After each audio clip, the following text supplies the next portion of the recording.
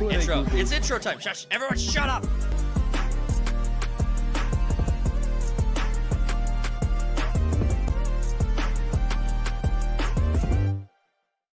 What's going on, main characters? It's your boy Talks Too Much with Third Party Studios, and we got the Cody. Yeah. It's both of us. It's crazy. You've never seen nothing like it before. Not in our 85 episodes, dude. 85? We're at 85. And keep in mind, 85 is the adjusted number because we had some of the, like in the earlier days of the channel, we had videos that we would put out, we would have podcast episodes we'd put out with like horrid audio, like just shit audio, just absolutely terrible, where we had a lot of technical difficulties back in the day. we still do.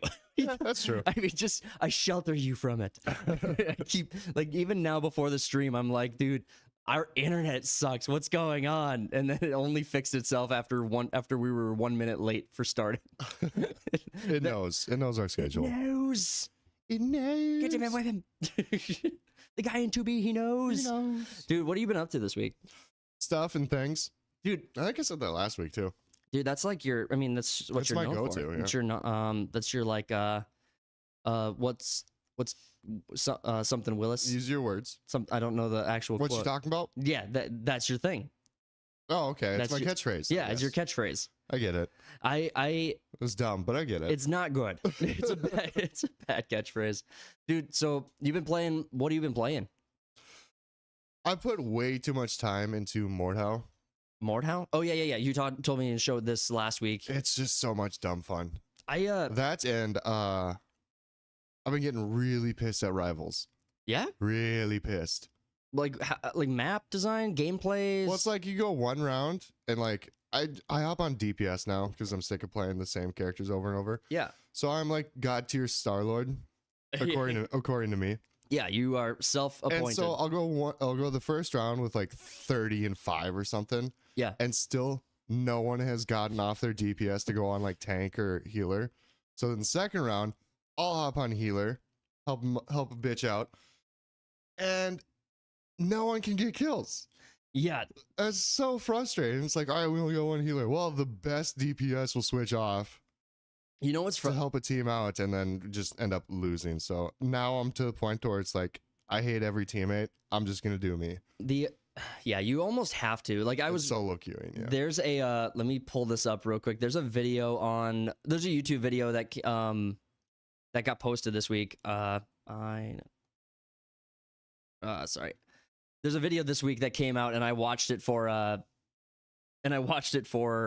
like as soon as it came out. It came out yesterday. So I watched the whole thing. I Notorious How to Carry in CS2. It's absolutely this guy's first off freaking hilarious.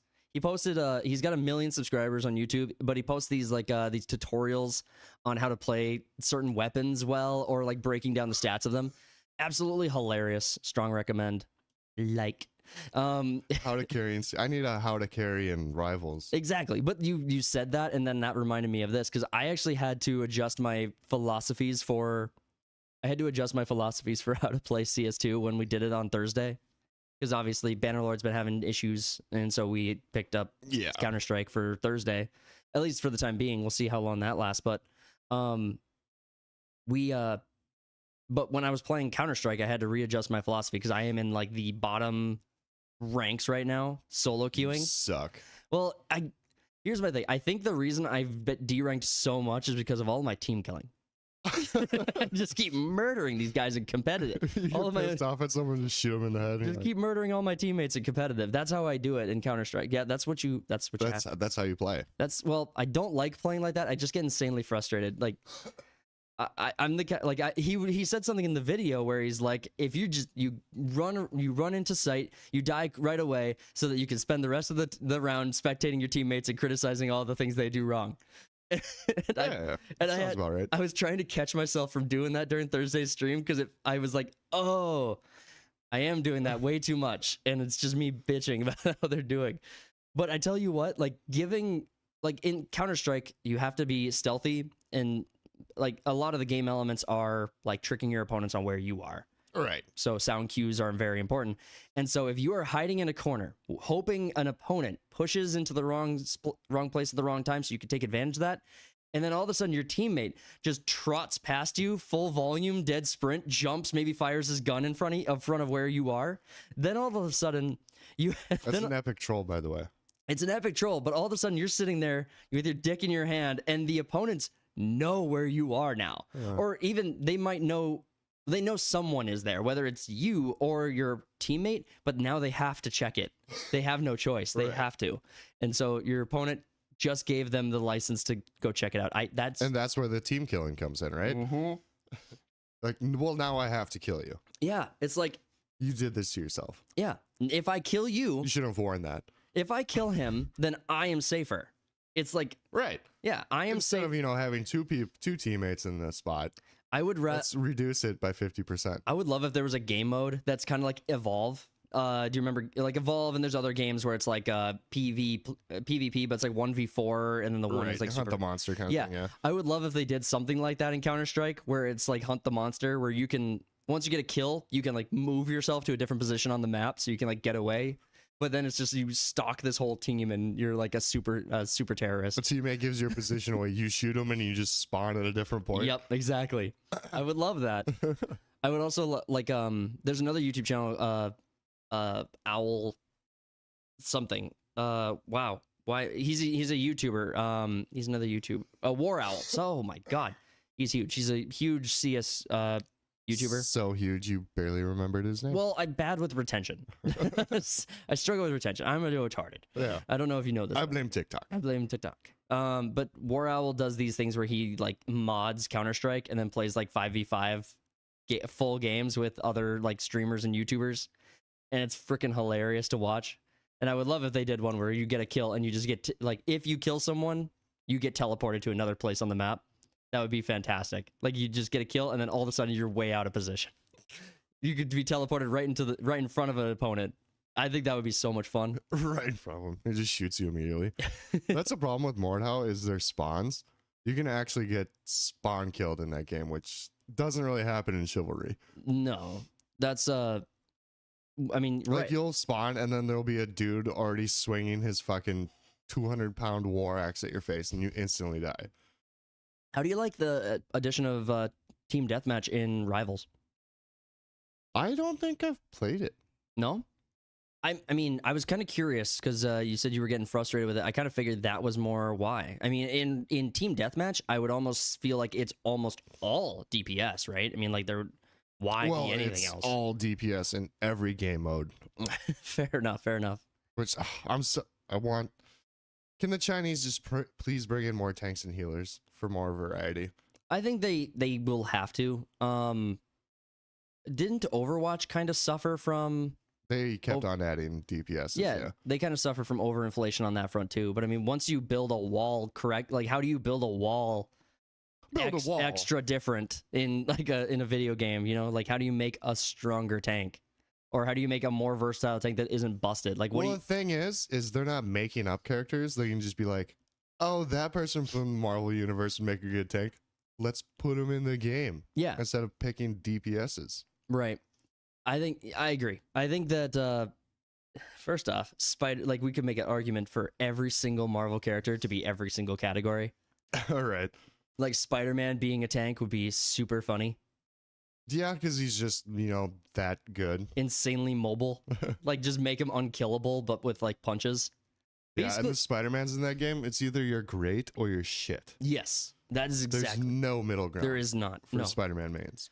He is the only 5-star difficulty that I really feel is 5-star difficult. Yeah, exactly. I've never tried him in an actual game before. No, I've practiced with him, but it's I don't think I would be good at this. There were like Moon Knight was a character I did not want to learn how to play. I didn't want to learn how to play it. I don't like Moon Knight as like a character. I didn't give a shit about the movie. I didn't care about Moon Knight at all. And then I started playing him and I was like, oh, I don't have to aim. Yeah. I love this game. I think they buffed his Zonk too. They didn't need to. His Onk is fine. His Onk is no, it's crazy now. As soon as you see it, you have to kill it or everyone on the team is dead. What I wish was that the Onk couldn't be like caught. So like, for example, if you play have you played Moon Knight? A little bit. Okay, so much. If you play Moon Knight and you throw his Onk, if Doctor Strange's shield catches it, it's gone. You lose it. Oh. And I I feel wonder if it does that with Magneto. I believe there's a lot of cases where it will just break. So like the Ankh, I wish they would make it so that when he throws the Ankh, it's got a model, a 3D model in the game, so that if the object that it was attached to is no longer there, or if there's a reason it would disconnect, it just drops and just instead falls where it may lay. That's better than losing it. So I kind of like the idea that it just sticks to his shield. Well, then what? But like Doctor Strange should Like you turn catch off it with the shield, and yeah, I get it. You can drop the shield and then it disappears, but Mm-hmm. I like the idea that you can attach it to actual people. Oh, that is mean, and I Yeah, love it. It is horrible, Dude, if I you- would fucking hate it, and I'd be yelling at the top of my lungs. Just run to all of your healers for help. Right. It's like, healer, save me. It's like sticky grenades in Call of Duty or Santex. Yeah, and then the healers suck so much. It's like you're like the healer complaint is like, if I can't see you, I can't heal you. I'm Right. standing right next to you, spamming the need heals button. You know. It's He like you're knows. just worried about that Spider-Man that you can't see. I would frustrating game. Did they always call Did they always call them Samtex in Call of Duty, or were they at some point called sticky grenades? No, there are Semtex.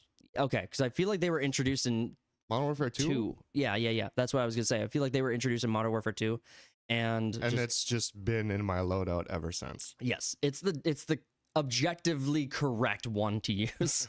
It might have a weaker range, but it doesn't have the randomness of it. In Blob 6, the frags were pretty good because they wouldn't I thought roll so. forever. No, I agree. It's like when they introduced that, like, oh, frag grenades roll now in like fucking, I don't know, I was Call of Duty 3. I was having this conversation with Slim last night about Call of Duty, and I after we covered the story about Black Ops 6, like doing the censorship thing again and getting right back on that gravy train, I was like, all right, I was wrong.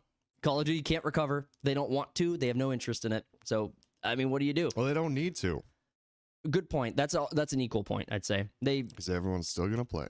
I guess it's up to me. I will have to develop the It's up to you, yeah. the first arcade shooter past Call The of COD killer, the COD killer. I'll name it that. the ever elusive COD killer. I'll spell it as CAD as well, like CAD, CAD killer, CAD, the CAD of duty. it's CAD. CAD of duty. Should we jump into the stories? I suppose. We have a metric shit ton of stories to get into today, so we're gonna. Busy week. Yeah, week. it's been insane. We're gonna start things off. Let's jump into our first story. Kathleen Kennedy. How do we frickin' start with this one? So it broke down at the beginning of the week. She's leaving Lucasfilm for the 5th time in 5 years. Yes, yeah. So Because every year there's a story. so at the beginning of the week, you had stories dropping about Kathleen Kennedy's departing Lucasfilms, and it sounded like it was going to be happening immediately, relatively soon. It was going to be happening right away. That's what the YouTubers were saying. That's what X was floating around and blowing up on X, was Kathleen Kennedy departing Lucasfilms. Then you realize then the story doesn't really develop until middle of the week, about Thursday. And then all of a sudden you see the deadline article comes out where Kathleen Kennedy responds to what was going on. And we have that deadline article here. So Kathleen Kennedy speaks out on Lucasfilm plans. She is not soon retiring, and films that will keep her in Star Wars orbit for years to come. So The hell does that mean? so basically she's leaving, but she's still going to make movies, is what I gathered. So she is staying, and she is going to continue doing Star Wars, but the article goes on to elaborate because they have been using very, very spun titles, very spun verbiage when they're talking about their interactions in the interview. And basically how it breaks down is there is a plan for her to retire near the end of this year, but there's no contracts, there's no paperwork, there's nothing, it's not decided, and she's going to keep doing projects. So this is like a Trudeau resigning kind of thing. Yeah, it's like, I'm resigning, but it's in 9 months. Later. Yeah. I'll be eventually done. Yeah. So Kathleen Kennedy, yeah, she is. So the rumors were coming around that she was going to be leaving, and this was probably the most credible reports that we were getting. You had I think Critical Drinker made a video, broke down in a video. Yeah, everyone made it. Everyone in the nerd pop culture sphere was talking about it pretty heavily, and truly, we were all celebrating. I think I got up and cheered at work. I stood up from my desk. I said, "Hallelujah." Mine was like, oh, it's about time, and it's not going to change anything. Right. No, exactly. Star Wars is still going to be shit because they're just going to put another. They're going to put another chicken CEO and make her lame and gay. Well, yes, exactly. But Kathleen Kennedy departing would have been something. I mean, we've seen Disney keeps saying that they are changing. They keep saying that over and over and over again. And we have another story we're going to be talking about, breaking that down in a minute. But with Kathleen Kennedy departing, there is an ideology that is exclusively hers, right? Like, she is running this program and bringing in these specific people. She is. I mean, if you brought someone new in, they would bring in their own team. So we would see some sort of shift in the narratives of Star Wars, the priorities of their storytelling, what they decide to pick up and not pick up. So we'd see change. It just wouldn't be change for the better, most likely. Right. Yeah. I've heard that Kevin Feige actually wants the job. And he'd be great, wants to leave, right? Yeah, so great. Well, it turns out he's a lot he's a bigger fan of Star Wars than he ever was with Marvel. That's fair. I mean, we all kind of knew that, I think. When it came to Marvel, we all knew he hated it. Well, I mean, I don't think he hated it. He just didn't know, and then he kept on firing people that were, Passionate. Good creative choices. Right. So I'm trying to find the actual quote here from Kennedy, so I might move on to a different article in order to find the quote from the actual conversation, but it's a sit down with Deadline to break down the actual story itself. Sorry, I just read that breaking news at the top. Oh, Netflix wins Natalie Portman, Lena Dunham, you rom-com. know who she is? I'm sure I'd recognize her if I saw her, maybe, but she's the worst. Yeah. So I'm looking for the other.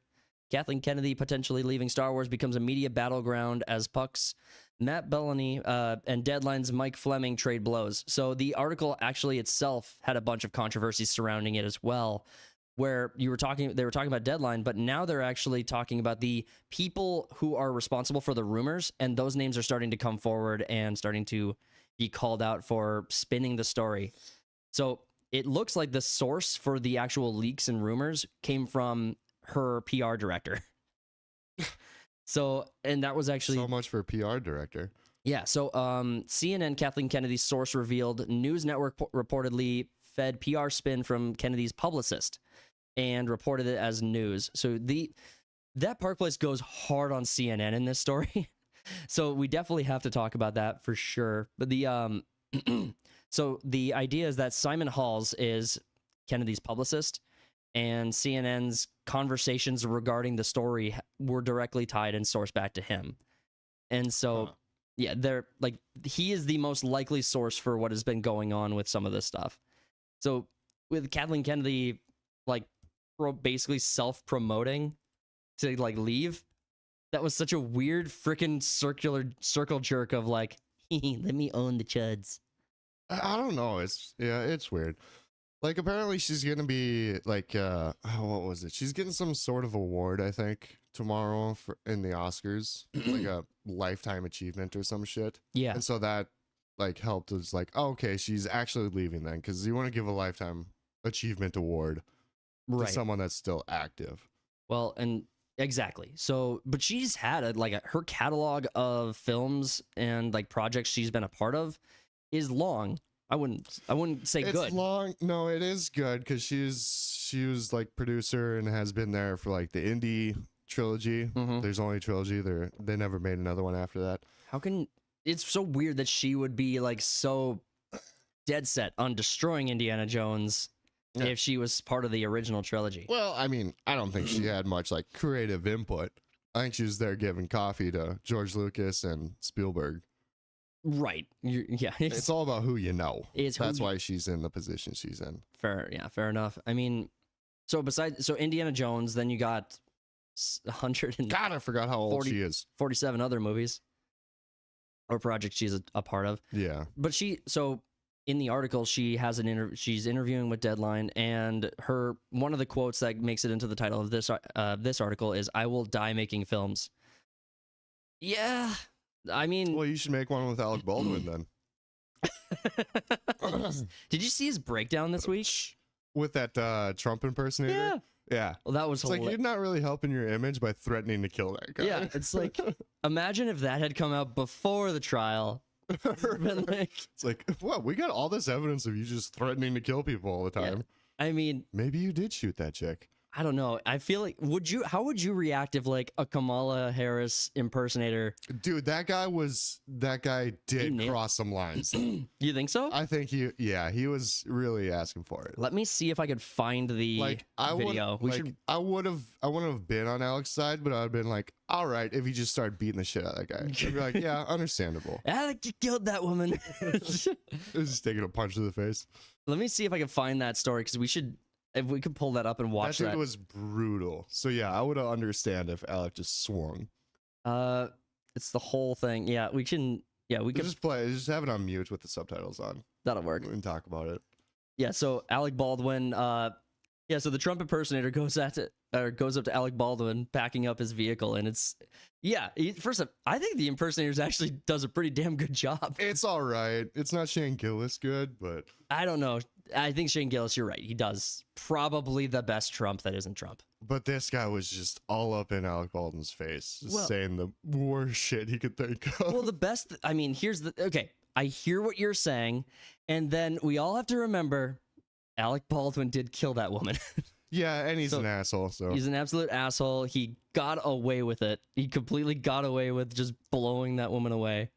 And Did the armor end up going to jail? I don't know. I mean, I don't know either. That's kind of like, because it's kind of her responsibility, but also gun safety in general.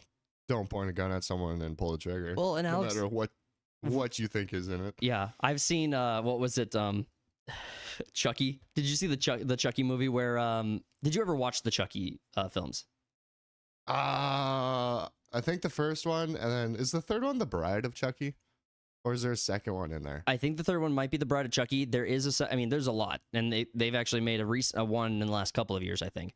But the one I'm referencing to is they go to like a ROTC training, like a junior ROTC. It's like a high school military academy kind of camp thing, and they're doing like paintball with like ballistic paintballs, and so Chucky replaces the ballistic paintballs with actual bullets. And I'm like, holy shit. That would totally work. They all turned into Alec Baldwin. No, there's actually a TV show that had 3 seasons. But of Chucky? Yeah. Oh, I don't know what the hell it's on. I had no idea about that. I did not know about that at all. I heard it was super, like, Chucky was super woke or some shit. Well, I mean, he's a doll, so obviously they have to be like a lot about the climate and he's stuff. very non-binary as a doll. I mean, he's got no dick. Unless they put it on the doll, I don't know. Maybe it's in universe canon to where they have genitalia on all the dolls. Probably, I guess. Yeah, that makes sense. That tracks, right? I don't know. So Kathleen Kennedy, wasn't it? Hold on. Okay. One more side note with Chucky. Wasn't it the dude that played Wormtongue in Lord of the Rings? Wasn't he the original serial killer that gets transported into his body? The guy who plays Wormtongue in Lord of the Rings actually has been in a surprising amount of stuff. Like, you recognize him from, he was in Willard, or he was the main character in Willard. He did a bunch of other projects. The fuck is Willard? Willard is like a really small project from like the early 2000s. It's not like a big movie or anything. It is basically this guy befriends a bunch of rats. Okay. So it's, I mean, like I said, it's not a big thing. I'm just saying that actor has been in stuff. Befriends a bunch of rats. Was he like a homeless guy in New York subway or something? I guess so. But like are you more interested in like the No, we can move on back to Kathleen Kennedy. Are you more interested in in how the Sphere reacted to Kathleen Kennedy's departure, or the fact that she was actually like self-promoting that she was going to leave? And even the Deadline article still makes it clear that her plans to leave there are plans for her to retire this year. Yeah, I mean, how everyone acted in the like pop culture sphere doesn't surprise me, where everyone was like, yeah, okay, it's about time, but who cares now? Yeah, and the fact that she's not leaving anytime soon. So actually, the article goes on, has a bunch of like sublines in here. So Kathleen Kennedy's defiant response: "I am not retiring." She will still be in the film industry. She's just not going to be head of Lucasfilm. Right. Kathleen Kennedy quick to dismiss the growing speculation about her retirement, telling Deadline, "The truth is, I want to just say loud and clear, I'm not retiring. I will retire. I will never retire from movies. I will die making movies." So you're right. That's, again, this is what I was bringing up the point at the beginning, where they're spinning the language very, very carefully, because you're right. She doesn't have to retire. I think aren't there people like older than her that are like much older than her still making films? Clint Eastwood's like 20 years older than her, still making movies. Yeah. So and she's like 75, 77. Yeah. So exactly, she doesn't have to go. Kennedy's comments reveal contradictions that raise more questions than answers. She admits that she has been in discussions with Disney CEO Bob Iger and studio head Alan Bergman about a transition plan for years. She confirms that an announcement about Lucasfilm's leadership will be made months or a year down the road. She acknowledges that she is actively involved in choosing a successor and has been in lockstep with Disney on the matter. So the article, when you break down the article and you go deeper in, you'll find these main takeaways. It's who do you think she'd tap Leslie Headlamp to be the or Lesbian Headlamp to be the successor? After basically piloting the absolute downfall of basically of Star Wars, destroying it even more. But yeah, I don't know. I've heard like people want Filoni, and it's like, no, I'm not a big Filoni fan. He's done like Clone Wars, the TV show was all right. It was good at times. It was shit at times. There's some things in it. Well, and from Disney's perspective, would you even want to shift Filoni around? Like, would you want him to move, like, from Marvel over to Star Wars? No, Filoni is Star Wars. You're thinking about Feige. Oh, yeah. Thank you. Yeah. So, because that's what I thought you meant with, like, because earlier we were talking about Feige liking Star Wars more. Right. Yeah. There's rumors floating around that he could do it. Filoni is basically. He's basically like James Gunn with the DC. Filoni's kind of he's like piloting the projects. He's not the president of the company. He's piloting the projects. Right. And you know how that's going so far. Yeah, he's doing great. Horrible.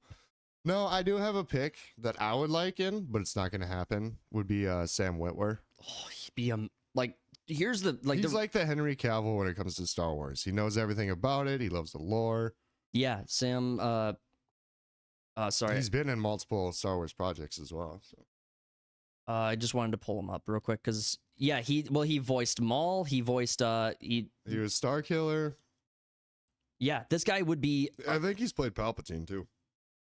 Yeah, this guy is freaking-tastic. This guy knows everything about Star Wars. He knew, like, did you see the story? You must have seen the interview he had where he was talking about his interview for playing or for getting the part of Starkiller. I might have, but I don't remember. Okay, so in the Star Wars video games where you have Starkiller and I think it's Force Unleashed is the titles of those movies. I'm trying to remember so many of those games. Thank you. When Sam Witwer was interviewing for the project, he talked about in a different interview, he was telling the story. And when they were talking about how his in an interview when you actually try to play the part when he was doing his audition for the part of this like Sith apprentice to Darth Vader, he was like gritting his face and forcing. Yeah, when he's like putting his lightsaber together, whatever, with the Force, and the director is like basically looking for more of like a chill. You're meditating, and then he had to explain to the director, it's like, well, he's a Sith. He doesn't have inner peace or anything. Yeah, exactly. He wouldn't meditate. He would say, my power will force this together. I'm forcing this. Yeah. Yeah. I will exercise. Yeah, he also broke down that final scene with Maul and Obi-Wan in a way where it's like, okay, I didn't really think of that or even look at it that way. Where it's like, yeah, Obi-Wan takes his stance or whatever, fingers out when he does his usual stance, and then he like switched to Qui-Gon Jinn's stance and then switched to another one. I was like, all right, you have way more insight than I ever fucking will on this thing. Exactly. Yeah.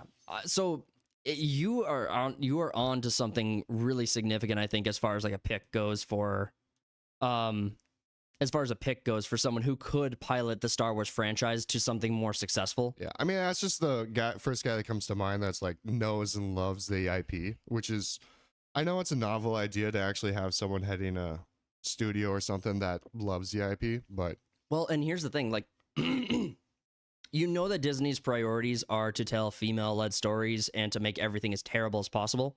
Yeah. Sam could actually find like good female characters in the Star Wars universe to tell amazing stories about and passionately and do a good job with. Yeah, surprisingly enough, you can write good female characters. It's just in the past like decade or two, they just chose not to. Well, I think that no one really knows. Like, what is that? What is a woman? Leia was a good female character. Well, but what Padme is- was, what is What's a a woman? Like, who knows? I mean, it's a mystery lost to time. It is someone that identifies as a woman according to the left. Okay, so that makes No sense. yeah, that makes no sense. That makes What all. is a woman? You identify as. What are you identifying as? As a woman. But what is a woman? But what is that? It's a circle jerk of logic. What are you? So, yeah, so there definitely are people who could run this franchise. I mean, it's not like Star Wars couldn't be brought back to life. You and I both concede it's a dead brand. It's dead. I mean, I can run it better. I wouldn't say run it better. Have better ideas. So Fair enough. I mean, I could run it better. I could Yeah. be in charge and do a better job than these clowns have.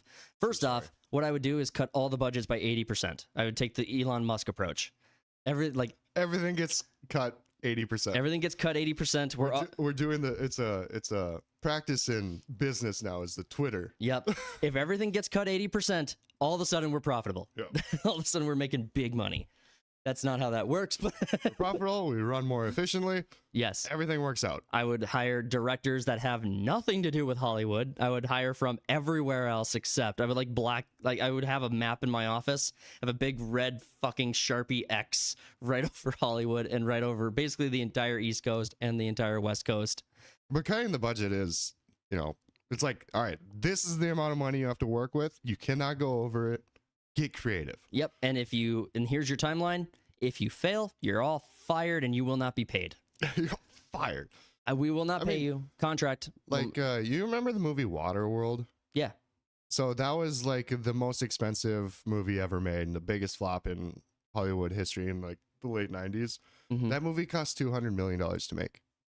At- Now, every movie coming out of Disney costs that or way more. Way more. I mean, I looked at the Captain America Brave New World numbers again, and it's according to IMDb, it's like just south of 300 million as of yesterday when I looked it up out of curiosity, and so they're not going to break even. They're not. I mean, No. not even close. I think, well, what was it, Ant-Man or something? That movie made $80,000 Yeah. out of 400 and some million dollars that it all grossed. It does bug me that movie made money, but Guardians of the Galaxy 3 did not. No, it did. Did it make? I thought it. That was in the 700 millions that it grossed. That one was the last. I thought that was profitable I thought that was the break even one. Like that was the break even / barely made it. one. I don't think so. So I would have to look at those numbers again Doctor too. Strange mom made money, which is disappointing. Ew, gross. So, yeah, I mean I don't think that tells you anything about Marvel fatigue. Like Brave New World is not evidence for like superhero fatigue. It is evidence for bad. Like all you can draw from a conclusion or as a conclusion from that movie's failure is that it was a bad movie. Yeah, I think. What the fuck? Oh, Gary from Nerdrotic says this is like, July will basically tell if everyone's got like superhero fatigue or not, because you got Superman and Fantastic Four coming out that month, Right. And I'm actually excited. and you have a decent Hopeful. movie that doesn't make a decent superhero movie that doesn't make money. It shows fatigue. Yeah. Yeah. Then I'll be on the there's a superhero fatigue thing. Which I think I'm on the bad movie fatigue thing. yeah, that is definitely we have a stronger argument for that than superhero fatigue because there Yeah. are so many more bad movies than there are superhero movies. And all superhero movies are bad. So Basically since 2019. yeah, I'm being facetious, guys. It's like if you're listening, I'm like, no, not all superhero movies have been bad. Obviously, you disingenuous pricks. You guys Being hyperbolic. hyperbolic. There's been a few good ones, Yeah, but a few's not enough. and we can state with absolute certainty that Kathleen Kennedy's name has not been attached to a single successful Disney project. Wrong. Go for it. Hit me. Both Force Awakens. Okay, financially, Force Awakens and Last Jedi were financially justifiable. I think even Rise of Skywalker made money too, but it was a like a decline from The Force Awakens, made like over $1 billion. Well, so okay, And so then it was less and less with each iteration. my metric for that would be, so I can't.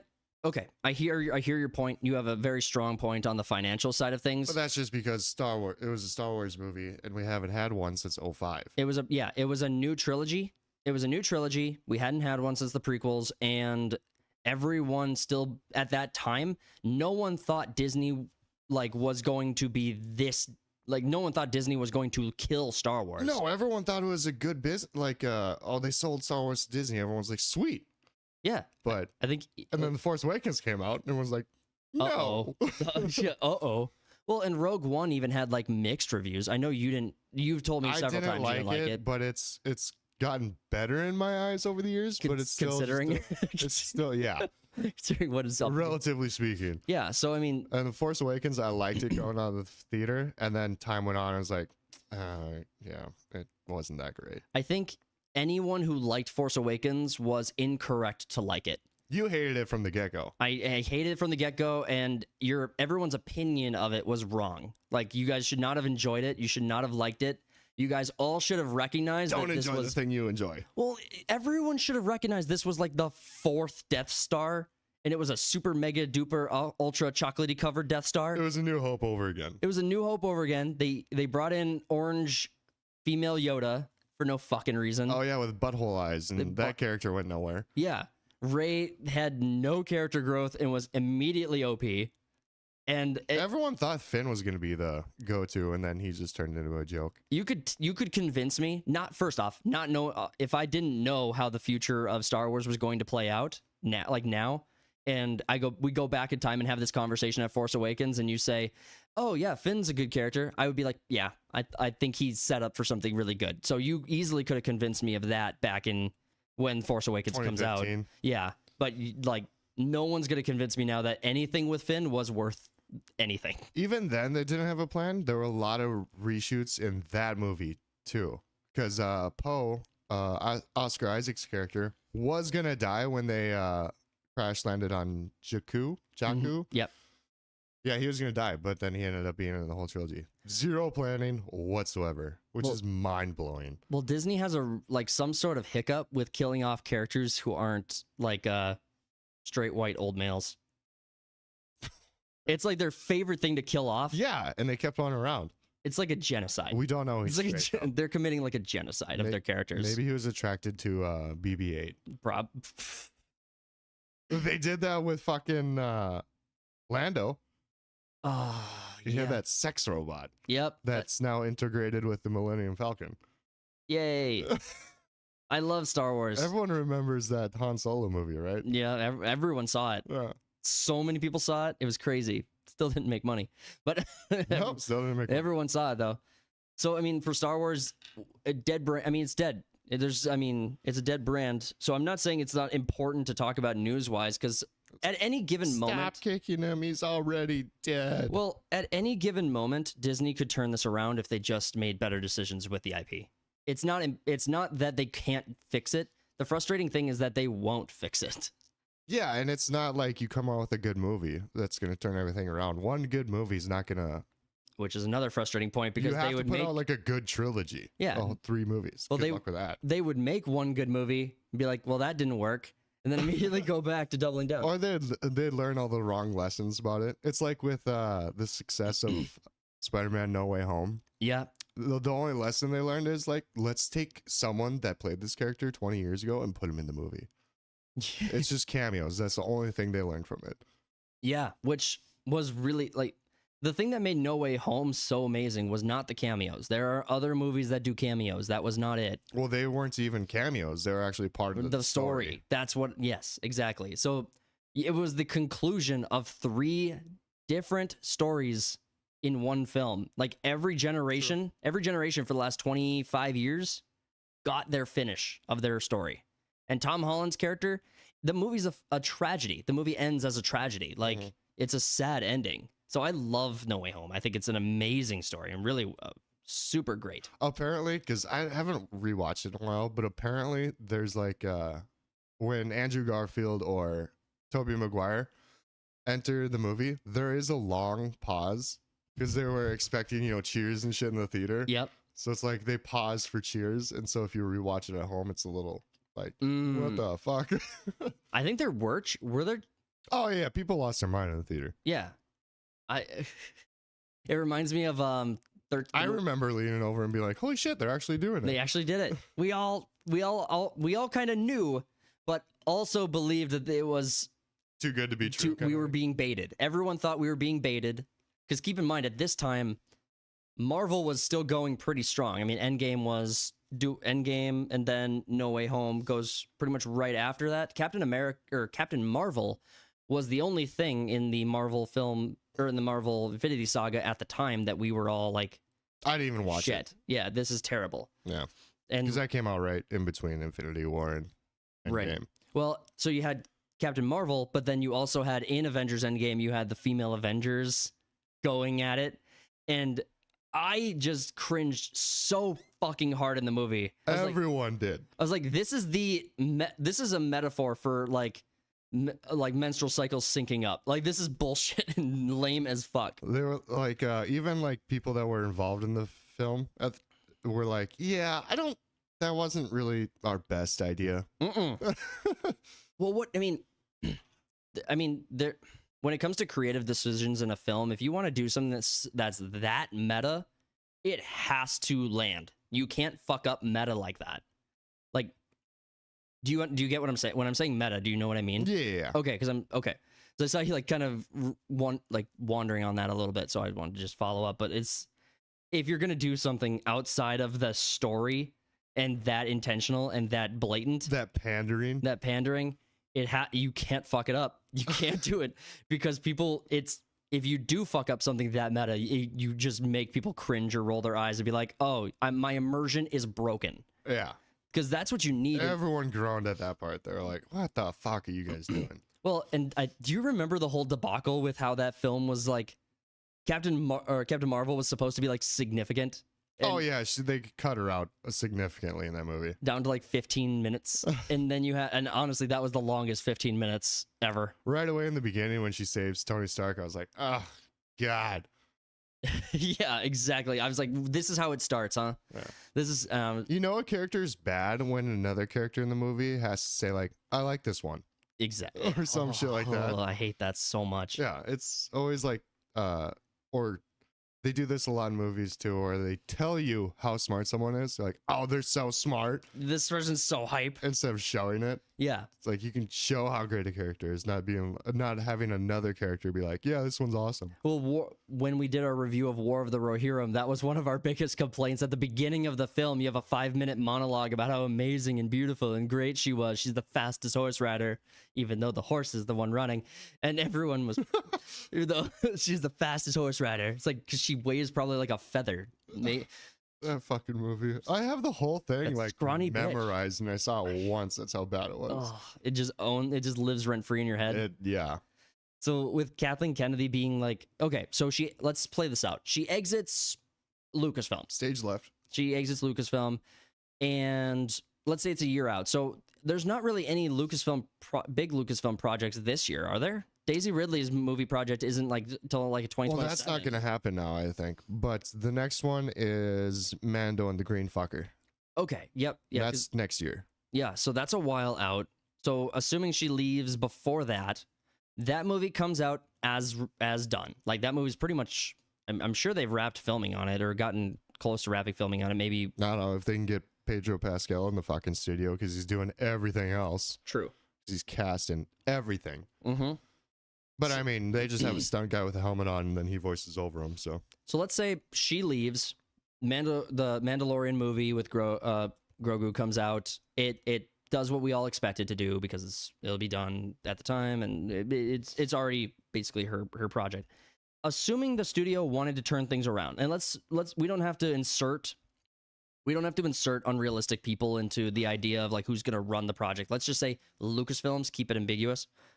What would they do? What would be the first movie project thing they should do to repair their franchise?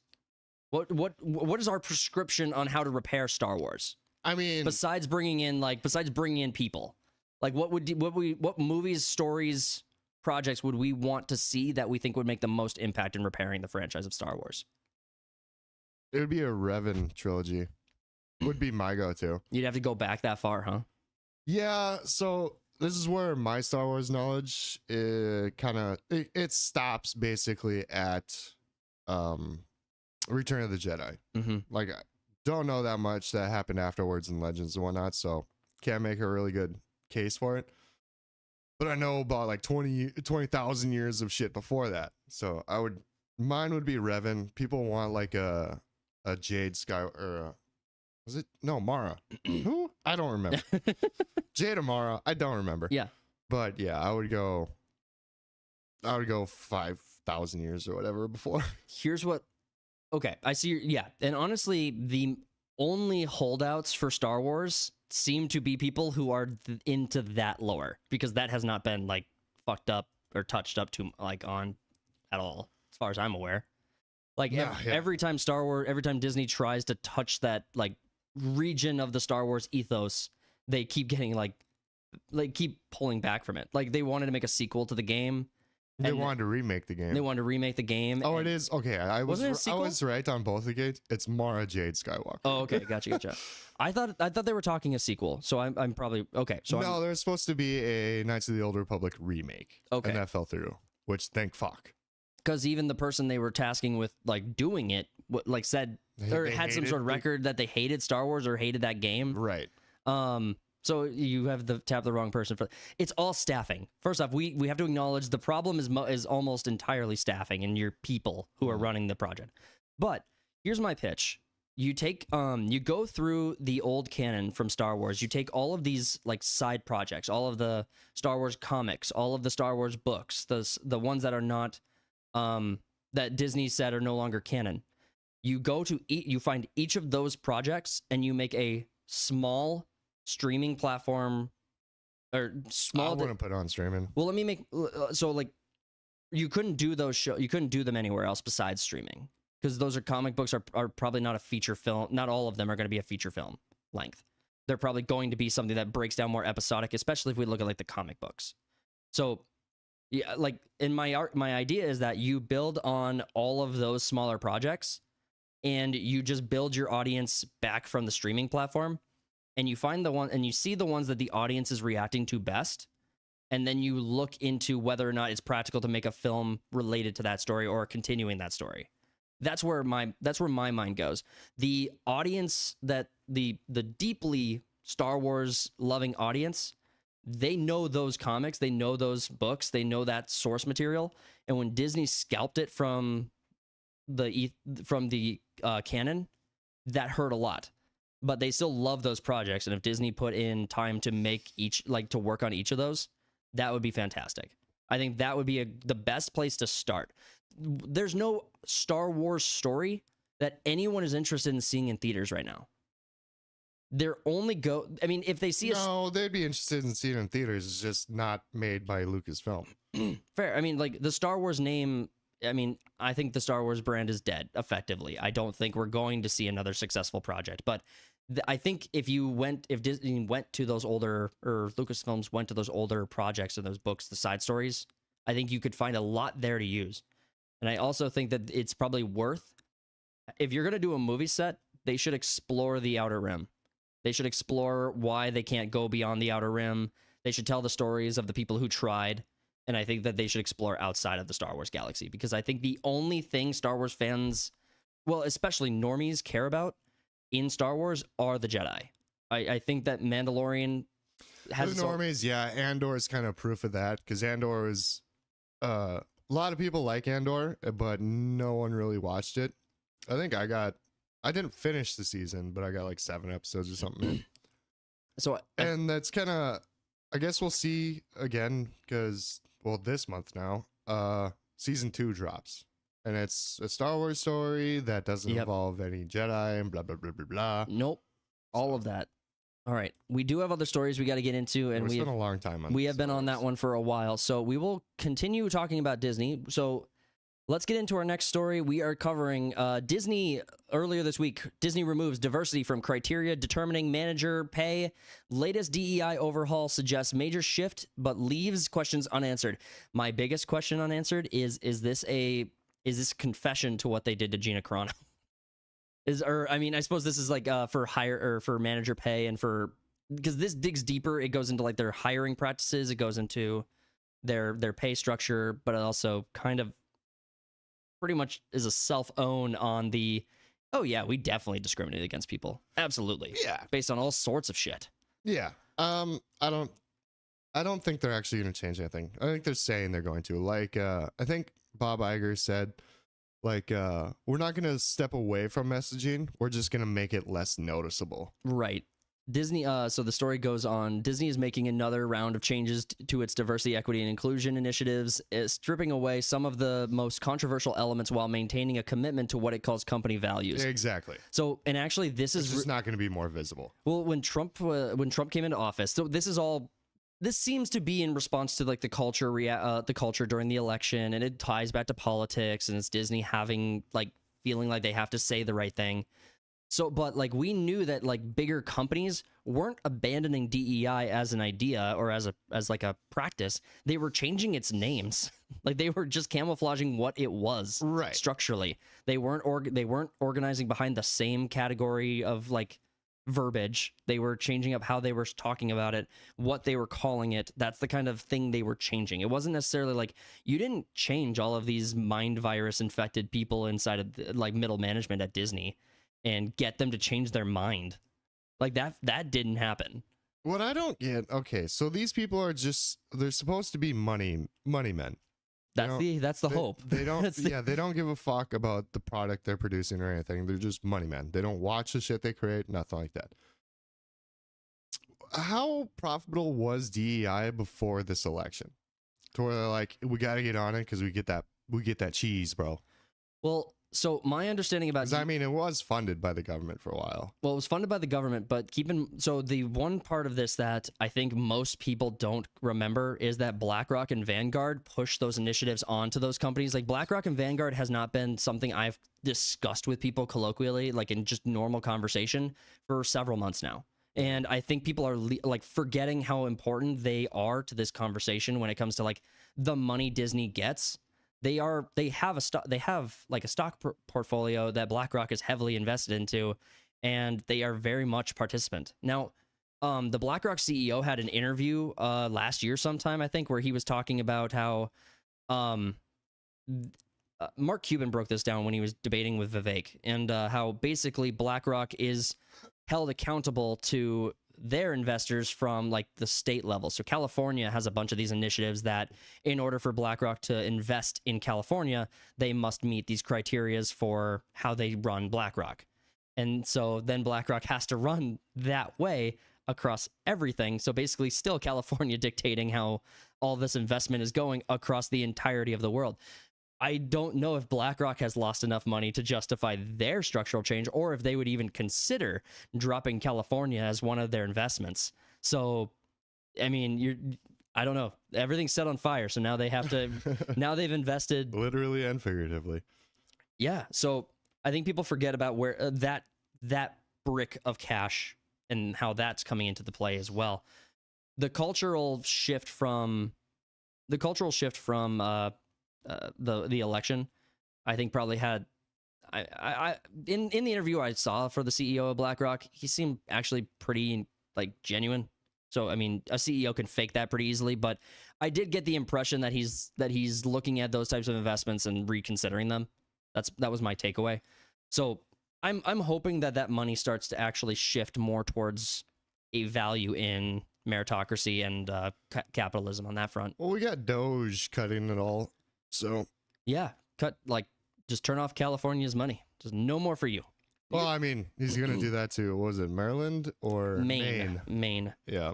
And I'm curious to see how that goes, because there is, I've seen both arguments on that front. And when we start talking about politics and we talk about like Doge and everything else in it, it's such a deep conversation, and the legality of it confuses me a little bit, because I don't know obviously, I do believe a lot of these powers lie with the president, but then I also believe that there are processes that guide how those powers should be or are supposed to be exercised in the Constitution. So if he's wielding the power, but he's wielding it outside of the scope of what he's supposed to be doing, and he's testing legal theories with it, I would be like, total cards on the table, Joe Biden doing that, I would have a problem with it. So, I mean, that's my bias speaking. I'm only good with it because it's working so in favor of bettering the country. Yeah. Yeah. That's a rabbit hole. If it was destroying the country, I'd have a problem with it. But because it's good for the country, I don't have a problem with it. Yeah. See, I'm a what we're referencing, by the way, is that basically, what is it? Public school, you can't. Oh, it's you can't have dudes. It's men and female sports. Yeah. Yes. Yep. It's the Title IX violations that Maine was doubling down on. Maine doubled down on and committed to violating Title IX. Right. Guaranteeing that men will be able to be in the locker room with your daughters and with your wives and with your sisters. How'd your kids? You get it. No, I was hoping you'd finish because yes, that was what I was setting you up for. Because but yes, Maine said to Trump's face, "Yeah, we're just gonna see you in court over it." I'm gonna abide by federal law, and he's like, "We are the law." Yeah, it's like not the greatest line. I don't like that line, but I get it. It's a little dictatorish, but yeah. Well, the point is correct, but right, it's definitely ammo. He is right, but he is right. It's all optics. Yeah, I mean, I think the right would be like raging, blood curdling rage if Biden was saying stuff like that in real time. So I understand the outrage. You're still wrong on the merits of your argument, but I understand what you're frustrated about and what he's saying. I just think you're stupid. I just think you don't get it. Yeah, I mean, the more rights go to the state, or the more the state is in control of their state, I think is better. But yeah. When it should almost treat every state like its own country almost. Well, I was really surprised. So obviously, a lot of the DEI stuff from federal government came through executive orders, but executive orders are just, they're not executable in the private sector, as far as I'm aware. Like, I'm not a legal scholar, but my understanding is that an executive order does not then become law.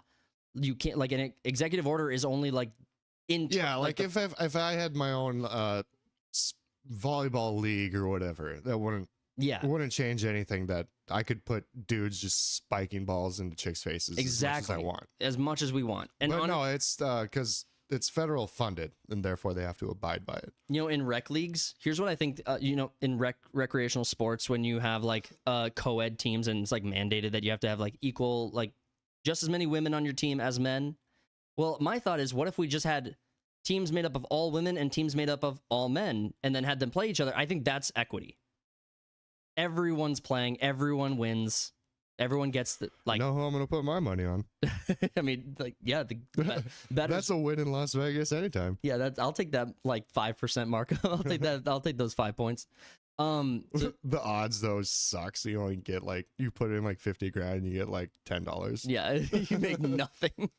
So in the story, we got, for years, Disney embedded DEI into nearly every aspect of its corporate strategy, from hiring practices to executive bonuses. That stance has become increasingly difficult to maintain in the face of growing opposition. And I would say that the opposition has nearly maxed, considering like how society has reacted to it. And you don't have to make the case that it's growing.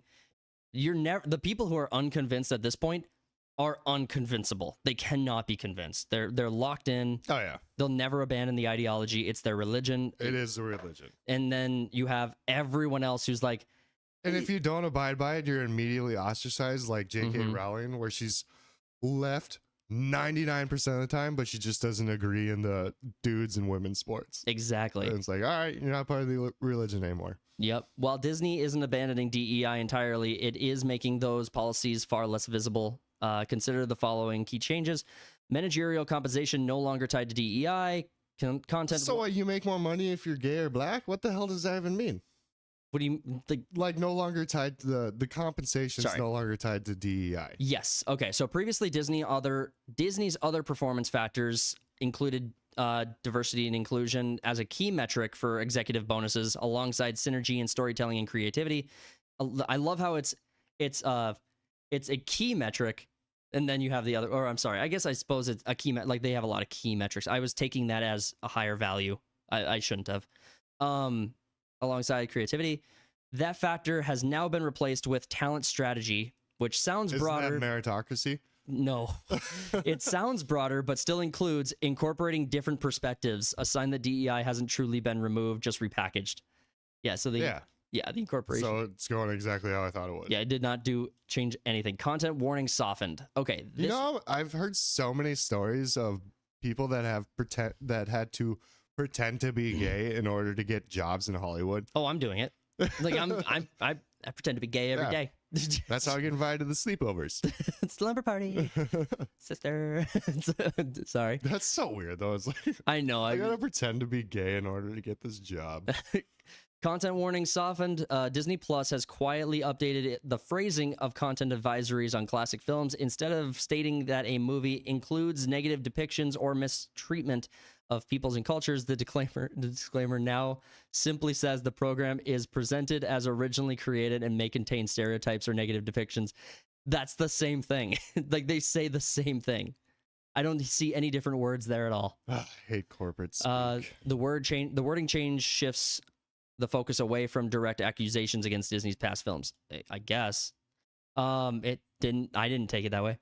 Employee groups rebranded. Internal employee organizations, previously called business employee resource groups, have now been renamed belonging employee resource groups.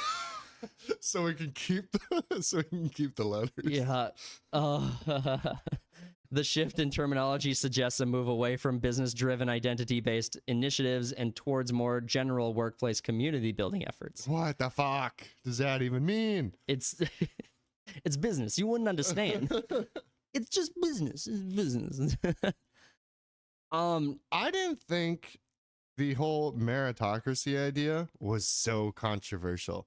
Well, I was watching Piers Morgan Uncensored. I think it was yesterday. It could have been Thursday, but in his conversation, they were talking about like capitalism being far right. Like capitalism is a far right idea. I was like, I was under the impression capitalism was the middle. I thought that was pretty much the norms. Like socialism was far left, communism was just killing people, and then the like far right would be like you basically circle back to socialism. So it's basically just the other side of the ball. It's like that was my interpretation of how capitalism worked. Because I mean, capitalism in like its base form is merit based. It's meritocracy based. I think you have an argument to be so the best at what they do rise to the top. Well, the business sells the best whatever is the one that makes the most. Laissez-faire capitalism being that's the ideal capitalism. Yeah, being no restrictions on it. I do see as someone who like does support capitalism, I do see an argument for anti-monopoly laws. Yeah. But I mean that wouldn't be a capitalistic idea. That wouldn't be the ideal. No. But I mean at the same it's like we got to keep it fair. Well, because here's where you get with that, because Google is the best example of this, because Google will have their anti-competitive contracts. So Samsung makes a phone and Google says, hey, we'll put Google operating system on all of your phones for 30 years, and the contract states you can't consider alternate operating systems for your device. You must have the Google Play Store on there. You can't consider alternative Play Stores or mass app purchasing. You can't Bing shit. You can't consider other alternatives. You can't compete. So Google's contracts are anti-competitive. So I mean, which version of competition do you like? Do you like the laissez-faire where now the companies can create anti-competitive contracts? Because the argument I hear is people say, well, then just don't use Google. It's like, I've cut Google out of every aspect of my life that I can reasonably do. I have stopped using their search engines. I never bought the Google Pixel. I don't use Google Maps. I don't use Google. I don't use Chrome. Do you use paper maps? No, I use I generally use DuckDuckGo's like shitty map tool. But I mean, you're selling it pretty well. Well, it's shitty. It is bad. I mean, Google Maps is better, but I'm making a conscious effort to try to cut Google out of my life. But I haven't at all. And the only reason why I'm using Bing right now is because it's the main search engine with Microsoft Edge. Well, there you go. So here's something you might not have known. Edge runs on the Chrome engine. What the fuck? What's the point then? There you go. See, but that's the thing. Google is so big that they're like it's you basically have the Google logical runs the world. Well, first off, we should be if we're going to have anti-monopoly like laws, we should exercise them. I mean, if we're going to have them. If you want to make the case we shouldn't have them, cool. That's not the argument I'm making. I'm saying we do have them, and they got passed, they got voted on, they got signed, they've been tested. They work mechanically, and if we're going to have them, we should use them. If we're not going to use them, they might as well just go away. But we basically, the logical conclusion of capitalism is corporatism. Like, you do have an escalation where you have the ones who win on meritocracy, and then they cripple every one of their competitors leveraging their size, such that you basically can't have a competitor to Google.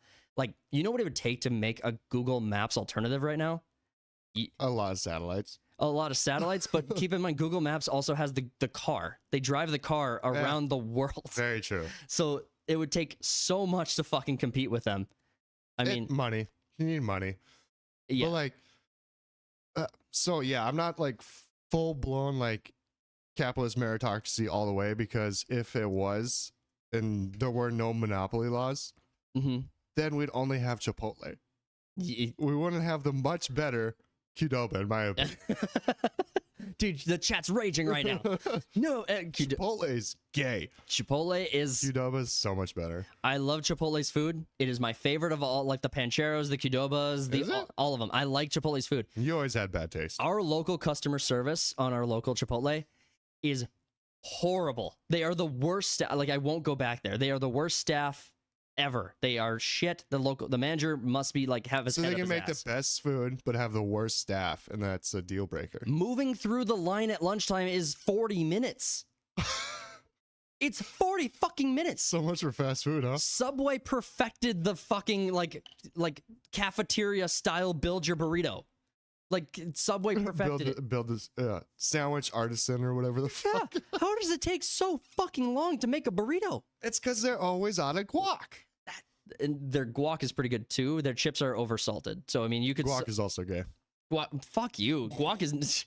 That I will... No, it's not. First off... I haven't had guac in like 20 years because I didn't like it the first time. My taste has probably changed, but... Well, I mean, in rural North Dakota, we probably didn't have the best guacamole. I mean, we don't have the best guac. Avocados from Mexico. In the very center of the continent. Yeah, exactly. Honestly, my guacamole is shit. I make terrible guacamole, but I've had authentic. When the fuck have you made guacamole?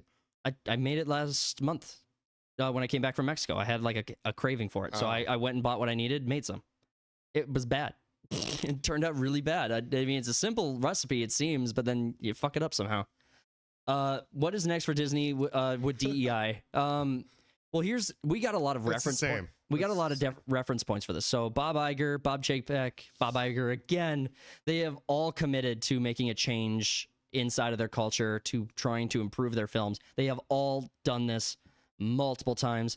This is the examples we just read for you guys. This is what they're doing. They have not changed their ideology at all. They are just hiding it behind different language. Yeah, I mean, Bob Iger said that blatantly, like last year or the year before. Yeah. Where it's like, yeah, we're still going to do all the messaging. We're just going to hide it better. Exactly. Which is wild. He's saying the quiet part out loud. Let me pull, we should jump into... You know that thing you hate that I do? I'm going to keep doing it, but I'm going to be quieter about it. Yeah.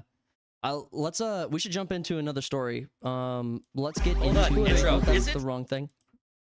This is the story. Yay, we got there. So we have the Blake Lively story has been developing for like 2 months now, and it's been going on for a while. Yeah, and it all centers around this new film that her and the guy she's feuding with are. It's like Jason Baldoni. Thank you, Baldoni. The two of them have been beefing pretty hard. Now there's a big lawsuit. The movie's going to be releasing soon. They got the trailer that's come out. The story that we have that came out yesterday was Blake Lively film trailer gets mass dislikes as public sentiment turns against her. Amazon quickly disables YouTube comments. You know we love it when they run and hide.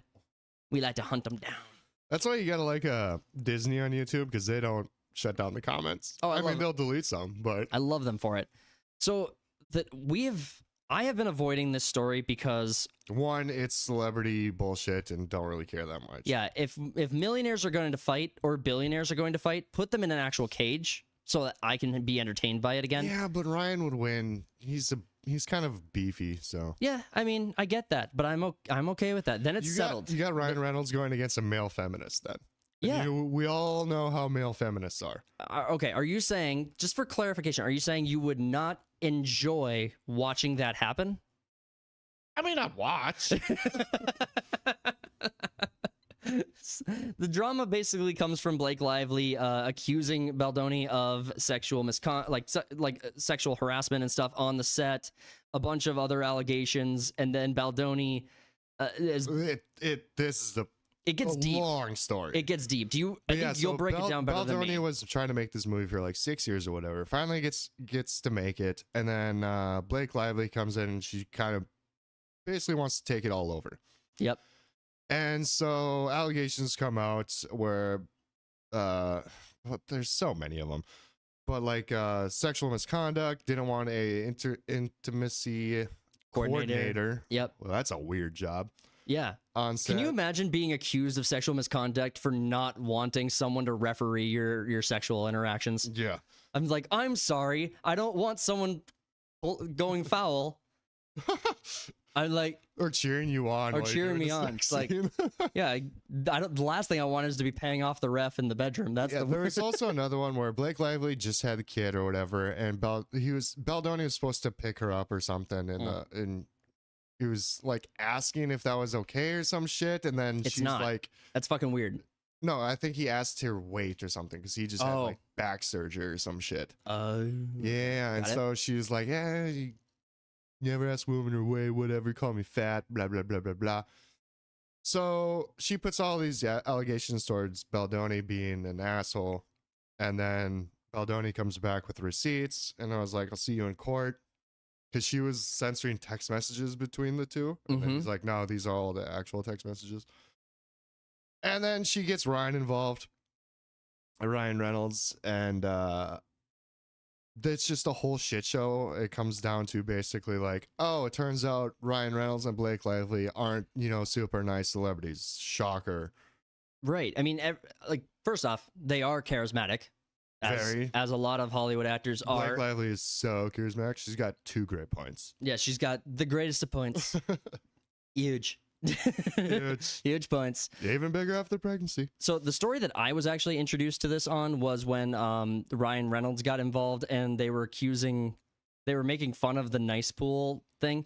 Baldoni was like, no, they're making fun of me. Nice pool is me. And it's like, okay, you're a narcissistic twat too. Yeah, exactly. I mean, nice pool was a concept like years ago. Like they probably had this idea they were gonna do him when they were in the original scripting and writing phase of the movie. I mean, nice pool was probably not something they developed on set. He wouldn't be that much of the movie if it was just a troll at Baldoni. Right. The timeline doesn't make sense to me on that one. Like that accusation. Well, people are also like, well, you got Lady Pool, which is voiced by Blake Lively, killing him basically.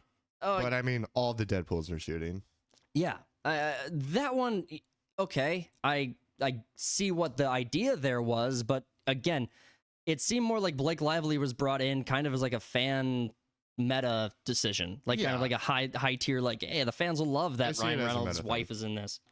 So this was my first introduction to this, and then I saw it and I was like, this story is fucking stupid. I don't get it. I don't understand who Baldoni is. I didn't know him from his acting or his directing, acting, any of his career. I didn't know him from anything. And so I really just dodged this story, and then people were talking to me like, Blake Lively, Ryan Reynolds, they're not good people. I was like, why do I care? Like, wasn't everyone sucking Ryan's dick like a year ago? Like a few months ago? Yeah, it was like, and honestly, I don't think that speaks to the quality of his acting at all. And I still enjoy his films. Yeah, I'm not fucking friends with the guy. I don't know him personally, so I don't give a shit. This doesn't move the needle for me at all on whether or not I see his films. Yeah, the only thing I care about is that he respects fandom. Yeah. And just, does what people want in his movies. He does what fans want. Right. It's like, I don't give a shit if he's an asshole. Well, and Baldoni is also so Baldoni Drink and my Blake are on the they're on the same movie project together. Baldoni is both directing and starring as the love interest. So I mean, if you he wanted to make it because there's like fucking domestic abuse or some shit in the movie or whatever. Yes. He wanted to make it a more serious movie, and she comes on, wants to be producer and make it more into like a romantic rom-com kind of thing. which could you imagine being the writer for the original book that the movie's based on and watching this drama unfold as the movie is about to release? Is it based off of a book? Because I know Baldoni has been trying to get this movie made for like 6 years. So like if you were trying to get a movie made for 6 years and some rich bitch comes in and is like, no, we're gonna do it a different way, I wouldn't be as nice as Baldoni was. I am new to the story, so I am kind of following the coattails of a lot of other news on this. So I might be missing some keys on this, but I mean, There's a lot, so it's hard to follow all of it. I hope court gets televised like the Johnny Depp and Amber Heard one. well, that'd be interesting because unlike the Johnny Depp Amber Heard one, there's no good guy, bad guy in this. There seems to be just two bad guys fighting it out. One slightly better. Yeah. Justin Baldoni is like, well, she basically accused there's defamation. She's like, he's a horrible person, whatever, and he's just kind of defending himself. Yeah. So I'd say he's on the moral ladder. He's the Ukraine of this debacle. He's the Ukraine of this debacle. By the way, we're going to that story next. We'll go next. There was one fucking headline. We'll go to that story next. Yeah. So it's just celebrity bullshit. From what I can tell is like YouTube creators are kind of like just whatever with the story, but the female creators are like all over blowing it up. Yeah. Which is interesting because what I've been trying to like get caught up on. Feud, it's so fun. Yeah, I find it incredibly frustrating and stupid. First off, like the last thing I would want is like my personal life like spewed all over the place. Like that was the story that that introduced me to the drama. But then you have Jason. So at the beginning of the month, and again, this is all stories I missed. That says Justin, by the way. Justin, yeah. So Justin Baldoni exposes Blake Lively and Ryan Reynolds with bombshell website full of texts and emails. Yeah, this is the same thing we were shitting on Elon for like last year, with his with the Asmongold drama. Yeah. Or I suppose that wasn't last year. That was only a month or two ago. But well, yeah, close enough. Yeah. So but yeah, if you dropped that in there and had a conversation and you look through some of the text that I read through like one set of the text and it kind of sounded pretty like they sounded pretty comfortable with each other as I was reading through this and kind of just that's how I figured it too. Like all their interactions through text and email seemed like cordial and nice and whatnot. And then all of a sudden she just kind of drops this like he's a prick kind of thing. Well, one of the early accusations that Blake had, which I don't even remember how it even fucking started. Well, one of the early allegations that Blake had during like the production of everything was that he would linger on like kiss scenes when he's supposed to be the one to yell cut. He's a lingerer. I'm just kidding. Lingers. Lingers. Does he, I mean, how does he have to let it linger? Does he have to? Don't have an intimacy coordinator. Does he have to let it linger? Does he have to let it linger? I don't get that reference. Fuck, it's a song. I'm so sorry. I don't I don't listen to pop music or whatever the fuck you do. So what do we got here? So actually, here's one of the conversations. So disputing the harassment allegations. The lawsuit also addresses Lively's accusations regarding intimacy scenes. Baldoni claims that Lively refused to meet with the film's intimacy coordinator, leaving him to attend those meetings alone and later convey the suggestions. These discussions allegedly took place in Lively and Reynolds' home, sometimes Reynolds present. That's fucking weird to me. Yeah, and then text here, you got Jake Harder and intimacy. Jake? Just. Jake. Sorry. It's not easy, is it? I know. Reading. I have an intimacy coordinator who I love. We'll set up a meet, FT, whatever the fuck, with her next week. And then Blake Lively. FaceTime, I think. Meeting, FaceTime. Oh, okay. Yeah, and then Blake basically is like, no, I'm good. I'm not going to meet her. Yeah. So...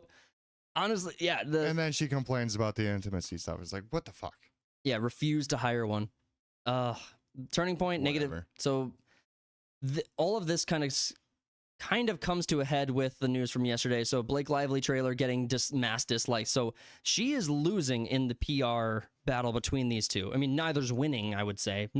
I wouldn't say Baldoni is like becoming a fame, like he's not more growing people in on fame. his side. Blake's kind of being a bitch about all this, and then Ryan kind of got into it, and yeah. First off, honestly, all of these people are fucking degenerates and creeps anyway. They're all just a bunch of Yeah, I mean, Ryan's Canadian. That's the worst. Oh, fuck. Gross. Piece of shit. Fuck. Our 51st state. Our 51st state in the comments. I want 51 comments in the comments on this video. It's gonna be nothing but Canada hate.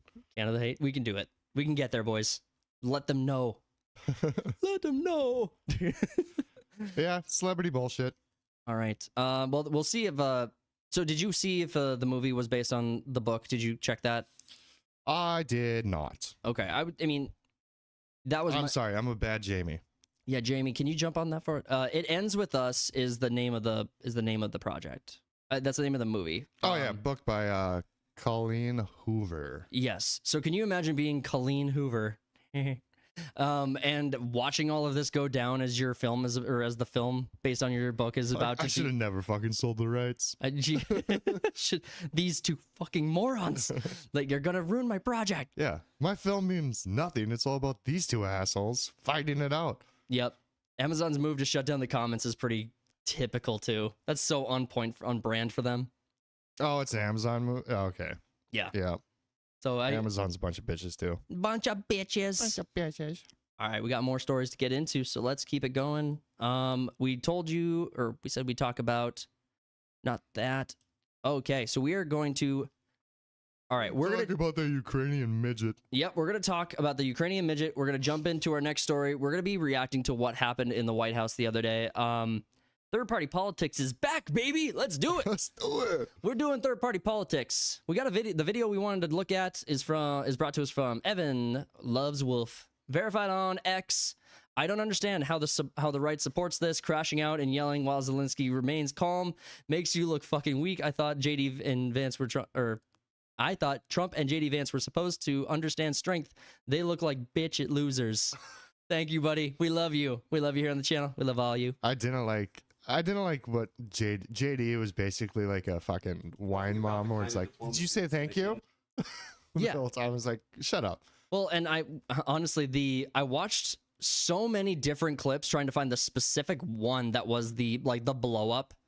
And there really wasn't like a blow up. It was really just like a spat that kind of got heated or kind of got intense. So let's watch. I'm talking about the kind of diplomacy that's going to end the destruction of your country. Yes, but if you are Mr. not President, strong... Mr. President, with respect, I think it's disrespectful for you to come into the Oval Office and try to litigate this in front of the American media. Right now, you guys are going around and forcing conscripts to the front lines because you have manpower problems. You should be. I love that. I love that he called them out. A little pause real quick. I love that he called them out for that. Like, you guys are all dying. Like, It's like, without us, you lose. yeah, you guys can't. Which Trump basically says later. Yeah, he does. We'll keep going, but I just wanted to say, like, this is the kind of shit that impresses me about JD. I think he's amazing as a VP, but I don't think I like him a lot. I do too. I don't see him Way as better than Pence. Yeah, I don't see. Oh my god, the bar so fucking low on that one. Be like, yeah, this election had no problems. Sign here. Moving on. Let's moving on. All right, let's keep watching. Into this Have conflict. you ever been to Ukraine that you say what problems we have? I have been. You don't have to go there in order to understand. I've actually Yeah, watched I hate that and seen argument. The stories, and I know what happens is you bring them on a propaganda tour, Mr. President. Do you disagree that you've had problems bringing people into your military? We have and problems. do you think that it's I will respectful answer. to come to the Oval Office I of will the United answer. States of America and attack the administration that is trying to prevent the destruction of your A country? lot of questions. Let's start from the beginning. Sure. First of all, Yeah, I mean, like, just pausing again real quick. The whole thing is ridiculous. That first up, $300 billion that, or is it $350 billion that we've passed over to Ukraine? And I'm supposed to sit here and be like, oh yeah, more. It's like we're in the middle of cost cutting throughout the entire government, and they lost so much of that fucking money. What I like is that every time we sent money over to Ukraine, there was a story about Zelensky's wife going on a shopping spree in Paris or some Yeah. shit. It's like, yeah, no, I know where the money's going. You know, there was breaking news about this whole debacle going on as Zelensky was visiting the White House. And I was half in, half out listening to the news while this was going on. And the story that was promoted first was that Zelensky shows up to the White House and doesn't wear a suit. And one of the journalists asked, was like, are you not wearing, like, what's up? Are you not wearing a suit? That was one of the stories that was happening before the breakdown. Well, it's because when Zelensky showed up and got out of the car, Trump was like, hey, look at this guy. He dressed up for the occasion. Yeah. I mean, make it a joke. I mean, yeah, he obviously wasn't taking it seriously. Like, I haven't seen Zelensky in a suit ever. Zelensky said, I'll wear, like, with the suit thing, he's like, I'll put on the costume after the war's over or some shit. You're wearing a costume now. Yeah. You're not a fucking freedom fighter. You're which I hate that he's been painted as this, like, oh, he's standing up to, like, this headline that I saw was like, Zelensky who stood up to Putin now refuses to bow to Trump. It's like, you look like you're doing, like, you just look like you're sitting regardless of which of those actions you're taking, you fucking dwarf. like this. I hate that he's painted as like this fighter for freedom and blah blah blah. I think I watched the Tucker Carlson and Piers Morgan interviews back because they interviewed each other for like 40 minutes apiece. So Piers interviews Tucker for 40 minutes, then Tucker does the inverse. And like Tucker calls him out. He's like, you know that like Zelensky has had political opponents assassinated. He's forcing his people like into his conscription has expanded and he's forcing people to fight. He's shut down elections and yeah, he's paused elections this entire time. There's supposed to have been like 2 elections since this all went down. I think one's coming up. Yeah. And he's like, no, we're not having elections. And Tucker's just like, what is your definition of a dictator? Because you want to use that word to qualify Putin, which, you know, yes. Yeah. Yes, he is. Fair. Yeah. Objectively, he's a dictator, not a good person. I'm not going to invite him to the family barbecue. I might. Seems like an interesting guy. I mean, if you had the chance to sit down with Vladimir Putin at a barbecue, would you? I mean, I think I would probably reconsider my position and maybe change my mind and do that. Yeah. Yeah. Oh, no, I would. In this moment, you watch me flip-flop so hard. I just did a backflip in my mind. Doesn't mean you support all of his shit. No. It's like, I would love to have a chat with a guy. But, I mean, Ukraine is not worth... I mean, the country's not worth $350 billion. I mean... Right. Fucking, yeah. They're just as corrupt. We could have bought it back from Russia for less than $350 billion. Be like, hey, can we just Greenland for $10 billion, Ukraine for Ukraine for maybe $100 billion. I don't know. Get a discount. Ah, they got some crops and shit. They got, yeah. When was you seen corn prices? You've seen corn? You've seen the price of corn and wheat. You know how much it is for a 12-pack corn? I'm pretty sure it's wheat because I remember bread being like a major concern at the beginning of the war. It's the breadbasket of Europe, is what they call it. Yeah. All right, we should keep going. Everybody has problems. Everybody has problems. You guys in America, you have problems. Don't feel now, but you will feel it in the future. That's where Trump got angry. God bless. I got angry. You have problems. Let me back that up, actually. You have like a pretty ocean or whatever in between, but you will feel the problems. Yep. Yes, exactly. We're going to cover. Yeah. I'll rewind and react to that because hearing that, I was like, hard fuck you, like hard fuck you, dude. Like you don't get to say that we will have problems. Like we are the danger. It's like to bring it back to pop culture. I am the danger. I'm the one who knocks. Yeah. No. It's like. Basically, like threatens, like if we lose, you're gonna have problems. It's like kind of thing. Yeah. Like no, we have a pretty ocean. You're right. We don't have a problem. Yeah. It's literally not our concern. It's the East American Ocean and the West American Ocean. We're renaming them again. I've had this debate. There's someone who I'd love to have on to like third party politics and have this debate out about Russia because they have we need to make sure Russia loses position. And I would love to have that out on the podcast. I think it'd be a really fun conversation. When Trump is just like, why not peace? You both can survive. Yeah. That's his argument. No one has to win or lose. How about we just ceasefire? How about we just stop blowing each other up? Yeah. Like in big numbers. Okay, so I backed it up a little bit. I'll back it up a little bit more so that we could just hear all of Zelensky. In the war, everybody has problems. Even you, but you have nice ocean. Don't feel now, but you will feel it in the future.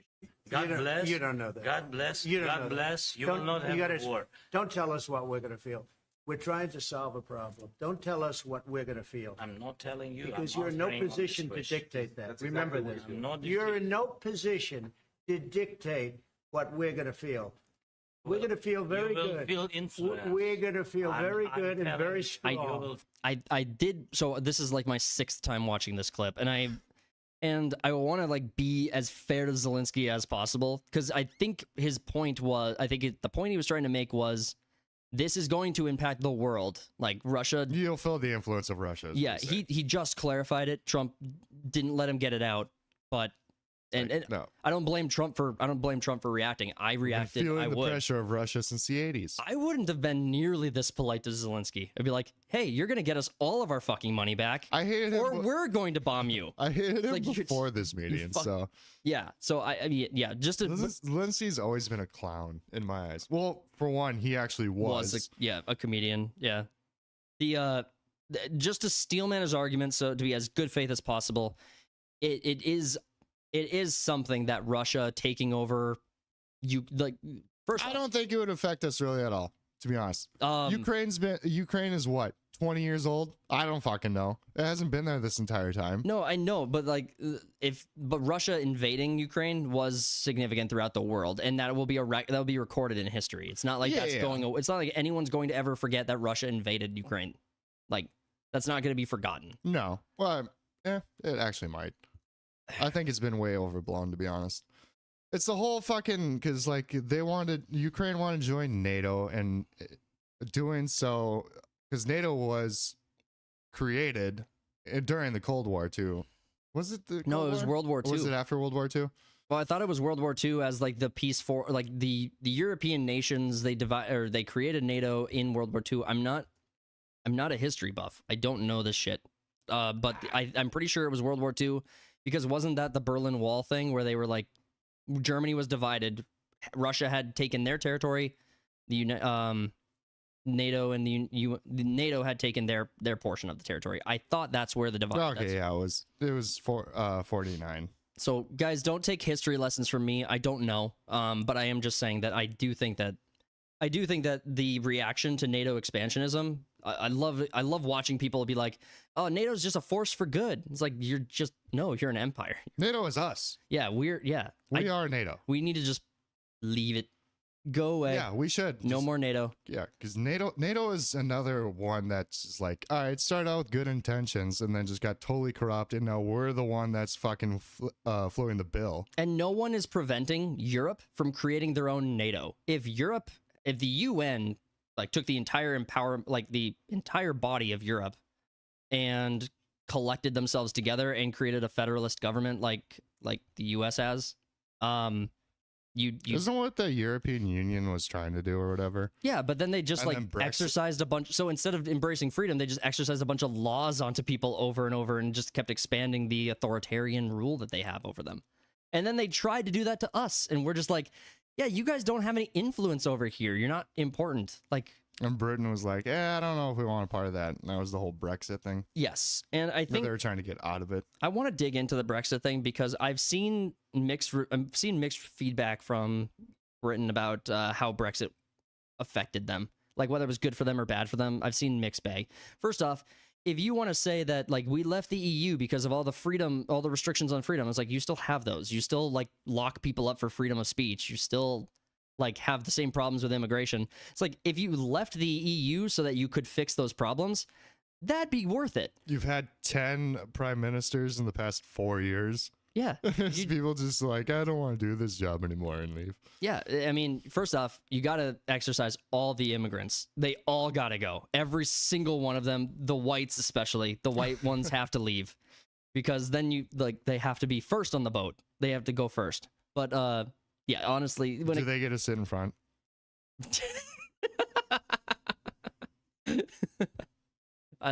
Thank you. Even when you're being deported, you still get the privilege of sitting Still up front. well, it's white privilege. Apparently, whether we have made that comment or not, they still would have gotten the front seat of the bus because they're white. So, I mean, doesn't seem to matter. It doesn't matter.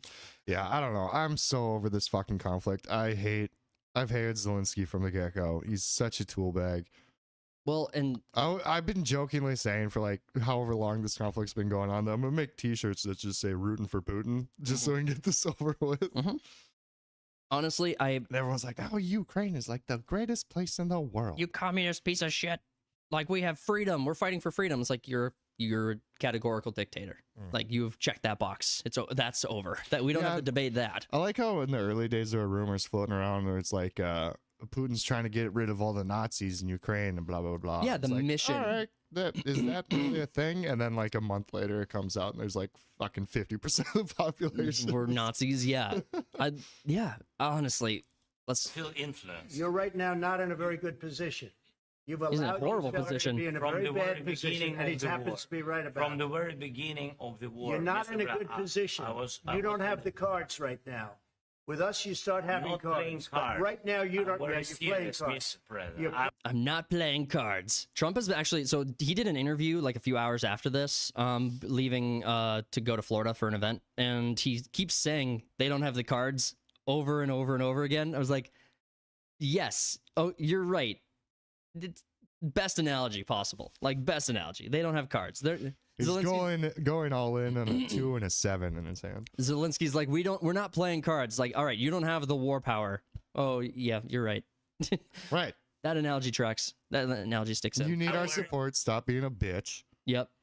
Serious. You're I'm gambling the with the president lives in of war. millions of people. You think- You're gambling with World War III. What do you You're think about- gambling with what do you World think War III. And Yeah. what you're doing is very disrespectful to the country, this country. I'm That's with back all to respect to you. you. Far more than a lot of people said I'm wearing they respect. should have. Have you said thank you once? A lot of times. It's like, dude, even that's when I was like, all right. Even today. You went to Pennsylvania Yeah. and campaigned for the opposition in October. Offer some words of appreciation. For That's the true. United Trump States. says that's true. He looks at him he's like, or he looks at the ground. He's like, yeah, that you did. You You were bitch." lobbying against me. Yeah, exactly. Yeah, and first, All of this stems from like Trump wants a ceasefire, and basically Zelensky is like, no, we're gonna win. well, It's like, and honestly, this is why I struggle with people from overseas, like in Europe specifically. People in Europe piss me off, just like people in Canada piss me I off. was just gonna say, just like the Canadian. Can I just be very clear? It's all of the majority white countries. They all fucking suck. All of you guys are pieces of shit. Not all What of you, is winning for Ukraine? Wouldn't a ceasefire be the win? but be surviving would be the win. But here's It's like what's the win in his eyes though? well, There is no more Russia. that's I mean, at least I'm sure he wants to take back everything they lost. I'm sure that's one of his in his mind. I'm just trying to assume. But when he goes to What is Ukraine's win conditions? that would be Google ask Grok AI. But the after this whole debacle went down, Zelensky goes on Fox News. He had an interview with someone on Fox News. I can't remember his name. He's very big on Fox. Not Hannity. Anyway, he goes on to Fox News and he does the interview and he's talking about how Europe has been talking about doing a European fighting force for the last month or so, last little bit more than a month. So while Britain and France and all these and Germany are talking about putting together a united European fighting force, he's like, yeah, they'll come and back me up. We'll station British troops inside of Ukraine. So he's like, he's probably thinking he's got options here with like just waiting for Europe to come and for Europeans to come and save him if US backs out. I'm just like, fine, do that. Like, I'm good with that. Yeah. All you gotta do is sign the deal, give us some minerals, and we'll keep funding your stupid war. First off, I understand why other people wouldn't hold my position on this, but I would take the $350 billion as a write-off to just be completely removed from the conversation going forward. Just saying, we bought ourselves out. Well, yeah, but we have the option to get minerals. So it's like, all right, so all that money we give you, we want something in return. Well, and Zelensky's like, no, well, as of I today, just want money. the deal is off. Yeah, So I would too after that. Well, but that's the thing. Is like the option to get minerals isn't on the table. Yeah, so I mean, drop it, we're out. Yeah, that's where Good I'm luck. at. Yeah, that's where I'm at with it too. It's like, if anything, look at it this way. There's an argument to be made that we denuclearized Ukraine and we told them we would come to their defense. We had a treaty, I think, or a pact with them, military pact. So a lot of people are like, it's our responsibility because we helped demilitarize them. And now I'm just like, okay, we paid for that. We fixed it. Now we have given them 350 billion, which is plenty. That's Yeah, which half of it's unaccounted for. yeah. We gave you guys, we basically bought your demilitarization. So you guys are break even. Good luck. One of my favorite things to come out of this war, though, is North Korea sent like 5,000 troops or whatever to help out the Russians. Then they started shooting on the Russians. And the North Koreans are just like looking at all this shit and they're like, oh my God, I didn't see, like, technology is like blowing their fucking minds. Yeah. It's funny. Well, I love the story that they had where the North Koreans were shooting on the Russians. I thought that was the story you were leading with there. I don't think I've heard about that. That one was a fun story. I like that one. It's just, I'm on the North Koreans, so I was like, oh my God, you're experiencing the world in a weird way, but Imagine all 10, like, wasn't it like 10,000 troops? It was it was a small number, but yeah. Yeah. I think, can you, Like 5 to 10 or some shit. we're free. Just, we're all free. Yeah. How about you just leave? It's easier to not be loyal to North Korea when outside of North Korea, I think. Is that a fair assumption? Well, I think that pretty much wraps up that one. That story. I think we could probably jump to other stories. I mean, it's just them scolding Zelenskyy for not being like dick-suckingly grateful. Right. Which, How about we stop funding your war and not getting anything in return? yes, I would absolutely like to talk about that. I think that'd be fine. The next story we're going to cover is actually a rumor. So we're going to move into another story. It should be a little fun. This one should be a fun conversation to talk about because I think this actually... Or Star Wars. I don't know why you react to this one the way you do. Because I showed you this story the other day and you were like pissed off that this story existed. Like you're like, no, it's a stupid story. Everything about it's dumb. Chris Gore says the opposite thing on his thing all the time. Like you reacted pretty aggressively to this one. So like... Well, yeah, because like Wednesday...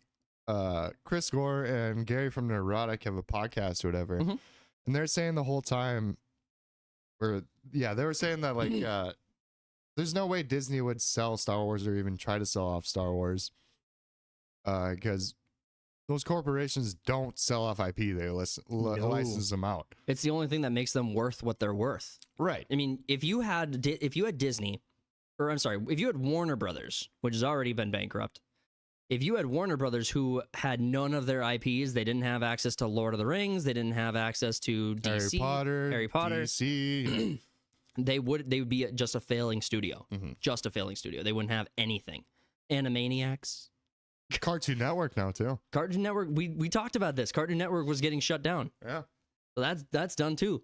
So yeah, if you have Discovery, if they sell the Star Wars IP, I think what I was really hoping from this conversation would be to like, who would buy it? What would that change look like on the end of it? Like, would we see? I think we could. I'm talking best case scenario. Who would buy it? Best case scenario. Who would? What would they do to fix it? Well, the thing with this headline is that it says Chris Gore reports Disney has been trying to sell Star Wars for 7 months, but no one will buy it, and they're seeking additional information. Right. But the only reason that no one would buy it would be they were asking an astronomical amount. Right. Trying to sell Star Wars, it doesn't really compute in my head. Someone would buy it immediately. We should go on the record saying that Film Threat does it. I mean, they are very good journalists as far as like they're well connected. They are well connected. They do have good. They're Film Threat. Go check them out on YouTube. They have great stories. They cover a lot of breaking stuff. They do a phenomenal job. And the strategy here from that's being reported in the article was that Gore was trying to use this to incite interest in talking about the story with people, with insiders.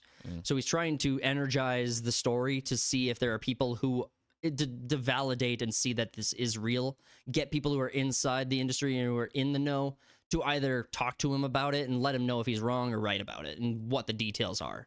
So yeah. I do gotta because I gotta apologize. I haven't done my homework really on this one. But if all right, so say Disney was trying to sell Star Wars. You don't think we would have learned about that in the first week that they were trying to sell it out? Well, I mean, someone would have leaked something. I agree. I think 7 months, and this is the first time we're hearing about it. Yep. I think that's a strong point why this is probably untrue. So actually, a quiet effort to offload Star Wars, the article goes, Gore was careful to clarify that this information comes from a single source and remains unconfirmed. However, he decided to bring the rumor to light in hopes of encouraging others within the industry to corroborate and provide additional details. So he was trying to energize He heard it from someone that he knows and can't validate it on his own. Yeah. So he's looking for validation or someone to verify that it is or is not. Hey, Benjamin, we see you guys in the chat. Good. So yeah, Chris Gore isn't like saying that they were. He's just like, hey, this is a rumor I heard. It's not a valid story or anything, but like, right. This is from so Chris Gore is quoted saying, this is from a friend who is not in the nerd space, not in the YouTube space, not a media person. This is a friend in the world of finance, a trusted individual who says for 7 months they have put feelers out about selling Star Wars. Here's the thing. When you are talking about this much money and it's executive level conversations, I mean, we don't know what goes on in the executive boardrooms of most companies when it comes. No, it could have been they could have been shit faced at an eyes wide shut party and be like, "Hey, you want to buy Star Wars? You want to spend some money? You want to spend some money?" But when $4 billion is on the table, I mean, they would sell it for much. It's not worth as much as it was, but they would try to sell it for a lot more than that. You're right. I think they would, but I mean, you caught me on this a long time ago when we were talking about Star Wars and what it was worth. I think it was when we were talking about the Acolyte, and I had some obscure astronomical like 80 billion or something. Yeah, some astronomical number in my head. I was way off base. It's 4.05, by the way. Yeah, I didn't even look it up. I just know. Well, and how dare you question me? I read the article. It confirms it. Yes. So no buyers interested. The most surprising aspect of the rumor isn't just that Disney may be looking to part with the franchise it acquired from George Lucas for $4 billion. It's that according to Gore's source, there are no interested buyers. I'm not surprised by that. No one has the capital to do it. Yeah, it's like Warner Brothers would be like my pick because they put good shit out on Max and whatnot, but they can't. They're in debt. Amazon, everything they're licensing out, everything they own to like Netflix and stuff. Amazon's the only ones who could afford it. Yeah, that would suck balls, bro. If they bought it, if every American in the country put together $1, we'd have $350 million. So like do that like 8 times. So if everyone got $8, $10, we'd have money. We'd all have some money. So the population of the U.S. would own Star Wars. We'd just make it public domain. That'd be litigation. Clusterfuck. No, we just give Disney enough money that we can make it public domain. It's got another 50 years before it becomes public domain. I'm pretty sure public domain refreshes if they keep updating it. I think it's 70 years from the death of the creator. Because I'm pretty sure that's like how Sherlock Holmes was. No, that's yeah. Isn't it like it's Walt Disney. It's a Walt Disney precedent with Mickey Mouse. That's why Mickey Mouse became public. Like the Mickey Mouse Steamboat Willie. Steamboat Willie did. Steamboat Willie did, but Steamboat Willie was 70 plus years ago. Was it? Yeah, it was the first. I think it would have been 100 years ago. I think it was the first animation done in the U.S. I'm pretty sure it was the first animation done in the U.S. Not the first animation done of all time, because the Japanese have that. Japanese had the first animation. Japanese are always ahead. I watched the history of animation. Like it was a YouTube video, and I thought that was pretty cool. And again, I can't remember all the details from it, so struck. I'll watch the thing. I don't remember anything from it. But I remember that the Japanese had like the first creation, and then Walt Disney was like right behind them, and there was a lot of back and forth. And the industry really did not advance until like the 50s. There was not a major advancement in animation, like cartoonization of content until about that time. Yeah, so public domain did start in 25, so it's been 100 years. Yeah. So anything, it says any motion pictures made and featured before then are permanently within public domain. Yeah. Yep. So works made higher. Copyright term is 95 years from the year of its publication. Okay, I thought it was 70 years. Publication or 120 from its creation. So what? When it was an idea in someone's head? Sounds right. Does it say anything about the creators like passing? Like when the creator passes away? I'm not seeing anything about that. Okay. Pretty sure there's something about that too. But 7 months, yeah, 7 months to go without a buyer would be a long time. But if you're talking about $4 billion moving through the industry, If it was floated around, Elon would have bought it. oh my God, that would be brilliant. Oh, that'd be so good. Every answer to everything is Elon would buy it, I mean, honestly, I would, if Elon spent $4 billion, which is nothing. yeah, not to him. No. Is that 1% of his value? Isn't he like 400 billion now in value? God knows how much. Yeah, it's some absurd numbers. I could be wrong again, but yeah, it's astronomical. But spending $4 billion to buy Star Wars would be epic. Yeah, you can just hand it to someone. Yeah. Like, here you go. What would the sale look like is something they talk about in here. So if Disney were to sell Star Wars, the specifics of such a deal would likely be intricate. Alan likened it to selling the Playboy Mansion with Hugh Hefner still residing inside. Something that happened. I didn't know that. I did not know that. Emphasizing how deeply Disney is embedded in the brand. Are you really buying Lucasfilms, or are you just owning in name only and Disney will still run things? That is a horrible investment. Horrible. Like, just... Yeah. No, I bought it. Get your fucking people out. Put mine in. Yeah. If anything, what you would do is you would nuke the Disney quote-unquote canon, just like they did with Lucasfilms, or when they bought it. Yeah. And they'd be like, oh, no, we hold the rights to the sequel and everything we produced or whatever. And they're Have at it. No one's going to fight you for it. No one's going to fight you for it. I'm trying to think. There was a business that was trying to sell, and they're basically like, sell a name only, still run it and everything. Yeah. What the fuck was it? If you remember, we should definitely talk about it, but I can't remember. I don't remember. I don't even know. I don't even know what you're talking about, Willis. What you feeling at, fool? I don't know. Who would you want to buy it? Oh, that's a good question. Okay, so I thought Elon was a great answer, but let's just lock it into companies that are like production studios. Production studio, who would you want to take it over? Is money a factor? Do I have to weigh in how much the studio's worth? Or can I just pick a studio that I like? Yeah, let's cut the bullshit and just be like, yeah, what studio would you want to produce? I think Angel Studios, and I have an argument. I can make my case for this, but I would like to know your My face right now is like, what? Yeah. We could do... What you talking about, Willis? Well, who would your choice be? I would want Warner Brothers to take it over. You would? Yep. Why? Because they produce good shit. To guarantee it dies? Just to make sure? We're not talking about that. Okay. I remember he said cut the bullshit is like his... This is the one you choose. Yeah. Okay. But there's no... I mean, I'm not just shitting on the choice because They it's also Warner do Brothers. make a lot of dumb fucking decisions. They are one of the dumbest companies, but... Warner Brothers hasn't made a successful, like good faith adaptation of a project, I would say, since Harry Potter. Lord of the Rings has not had What a about good House faith. of the Dragon? House of the Dragon, I mean, I would... Everyone says it's better than the book. So that's a compliment that you've never heard before in your life. Everyone's like, the book is better. That's true. Okay, the book is better. Okay, House of the Dragon, fair. Game of Thrones through up to, I'd say 5. Well, we all know... Up to season 5. Well, I would make the argument that Warner Brothers' involvement in that project from like the ownership / executive board is non-existent. I would say that Warner Brothers probably does not touch those. Like they're That's all Dumb and Dumber. yeah.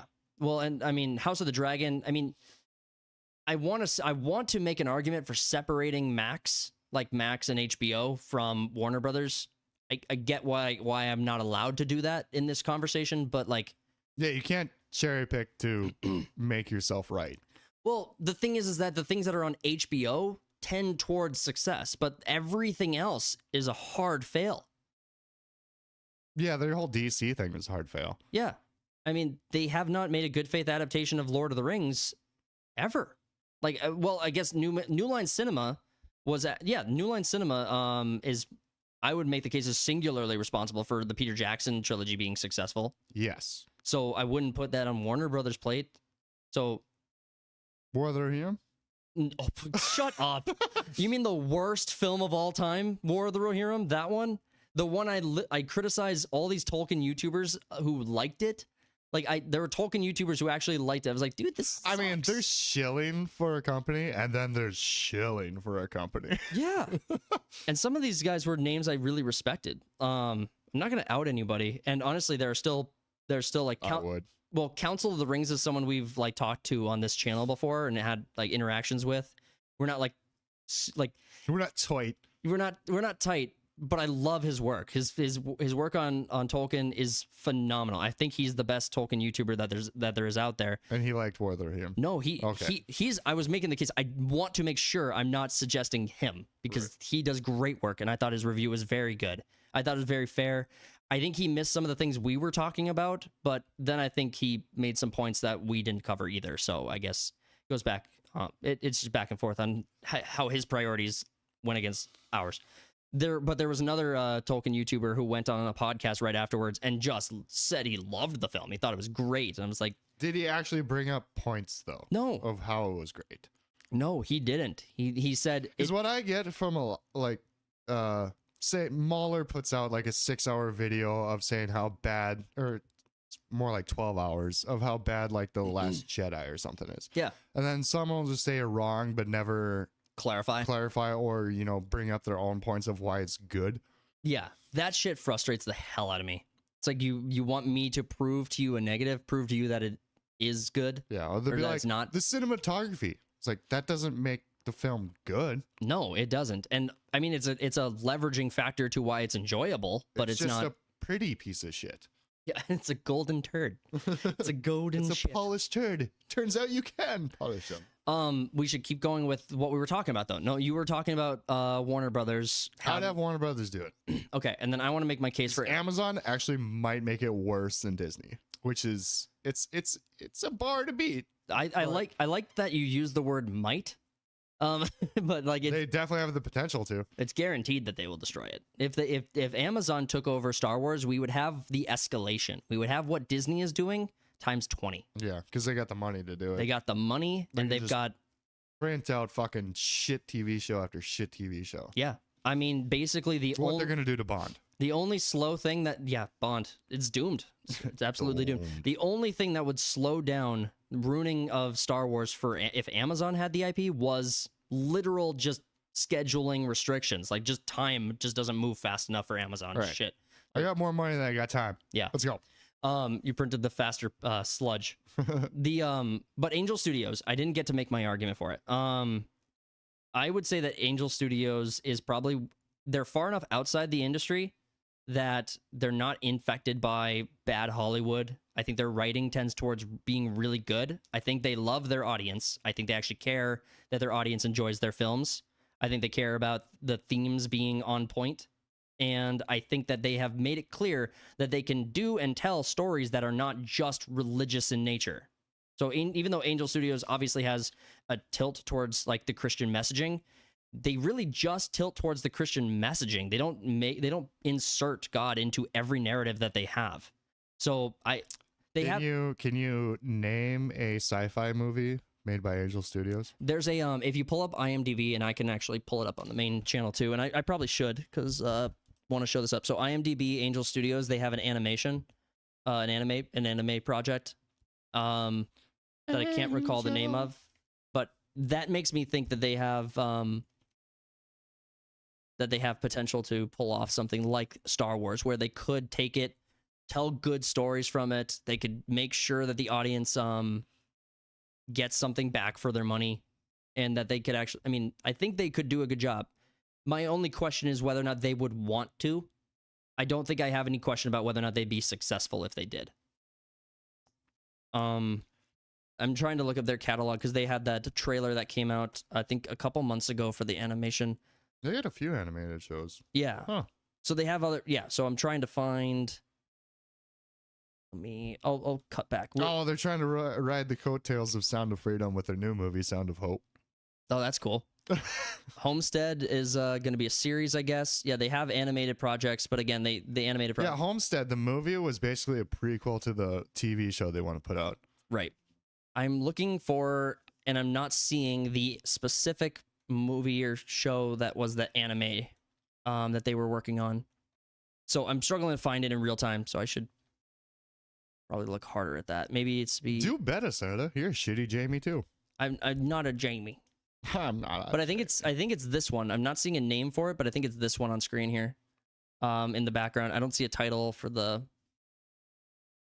I don't see a title for it, but I think it's this one where they have like this very typical anime style of artwork. So Huh. that was so I think they are capable of doing it. Hey, we got Planks in the chat. How's it going, buddy? Good to see you in here, buddy. We are talking What about does Planks think of Zelenskyy? yeah, we were just you should cut back a few minutes. We were reacting to what happened in the White House yesterday. And then somehow we went to then we moved on to oh crap, I am literally blowing away all of our stories. Oh, no I'm not. We're fine. I am fucking this up so hard. Yeah, that's There what you do though. Yeah, I'm not Gord. Wasn't even okay, so yeah. Angel Studios, I think, could do a good job if Star Wars sold. I think they could perform well. They don't have a huge budget, but I think that would also be another reason why Because you want small budget movies. you want small budget movies. Small budget movies force creativity. I think they'd have an easy time bringing in people who are passionate about the project and about Star Wars being successful. I think a lot of people would flock to them and they get a lot of community support in reviving it. And you'd start from not the bottom, but you would literally be like reviving it, quote, like so to say. You'd be resurrecting it. Resurrection. Just a little, I don't see the correlation at all. no, with Angel Studios and Resurrection, you don't get it? I thought that joke was funny. The midget comedian that they let run a country. Yeah, oh that yeah, guy. yeah. He knows. Let is a strong word. He seems to have really taken ownership of it without much options. Yeah. Uh, But who would be your go-to director though?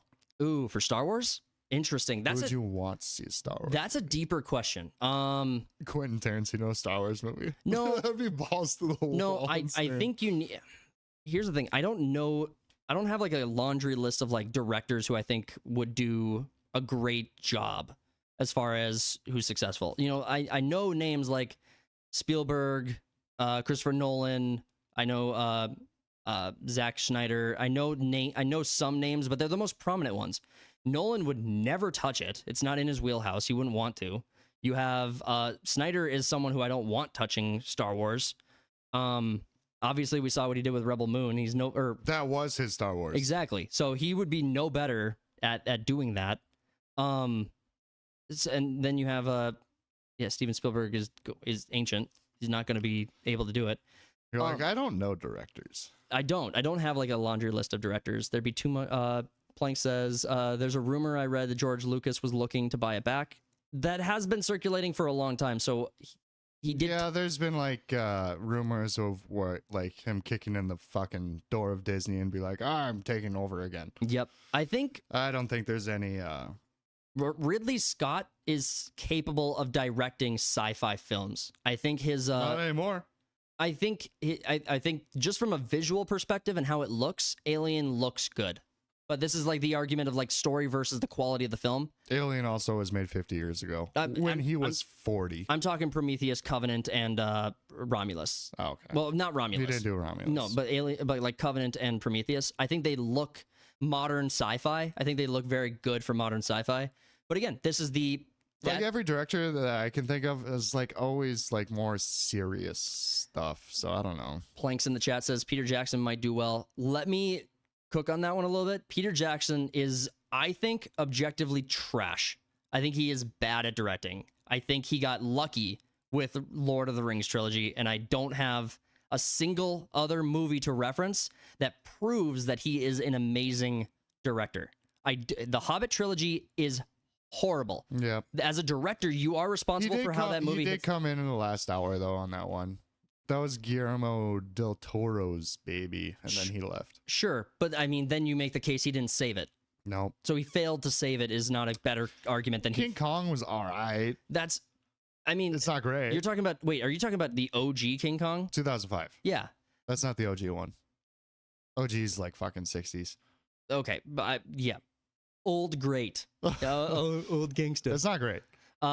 Yeah, the OG King Kong 2005 I thought was pretty good, but again, it's not like it was revolutionary or amazing. And again, if you add one film to three, for an entire career, you're not hitting it for me. What else has he directed? I mean, he's produced some things, but I don't think he's been doing a lot of directing. There is okay, so Planks, you did like The Hobbit. I've got one thing to show you. It'll take me a second to pull it up, but we're gonna settle this. He's like, you did like it? No, no one.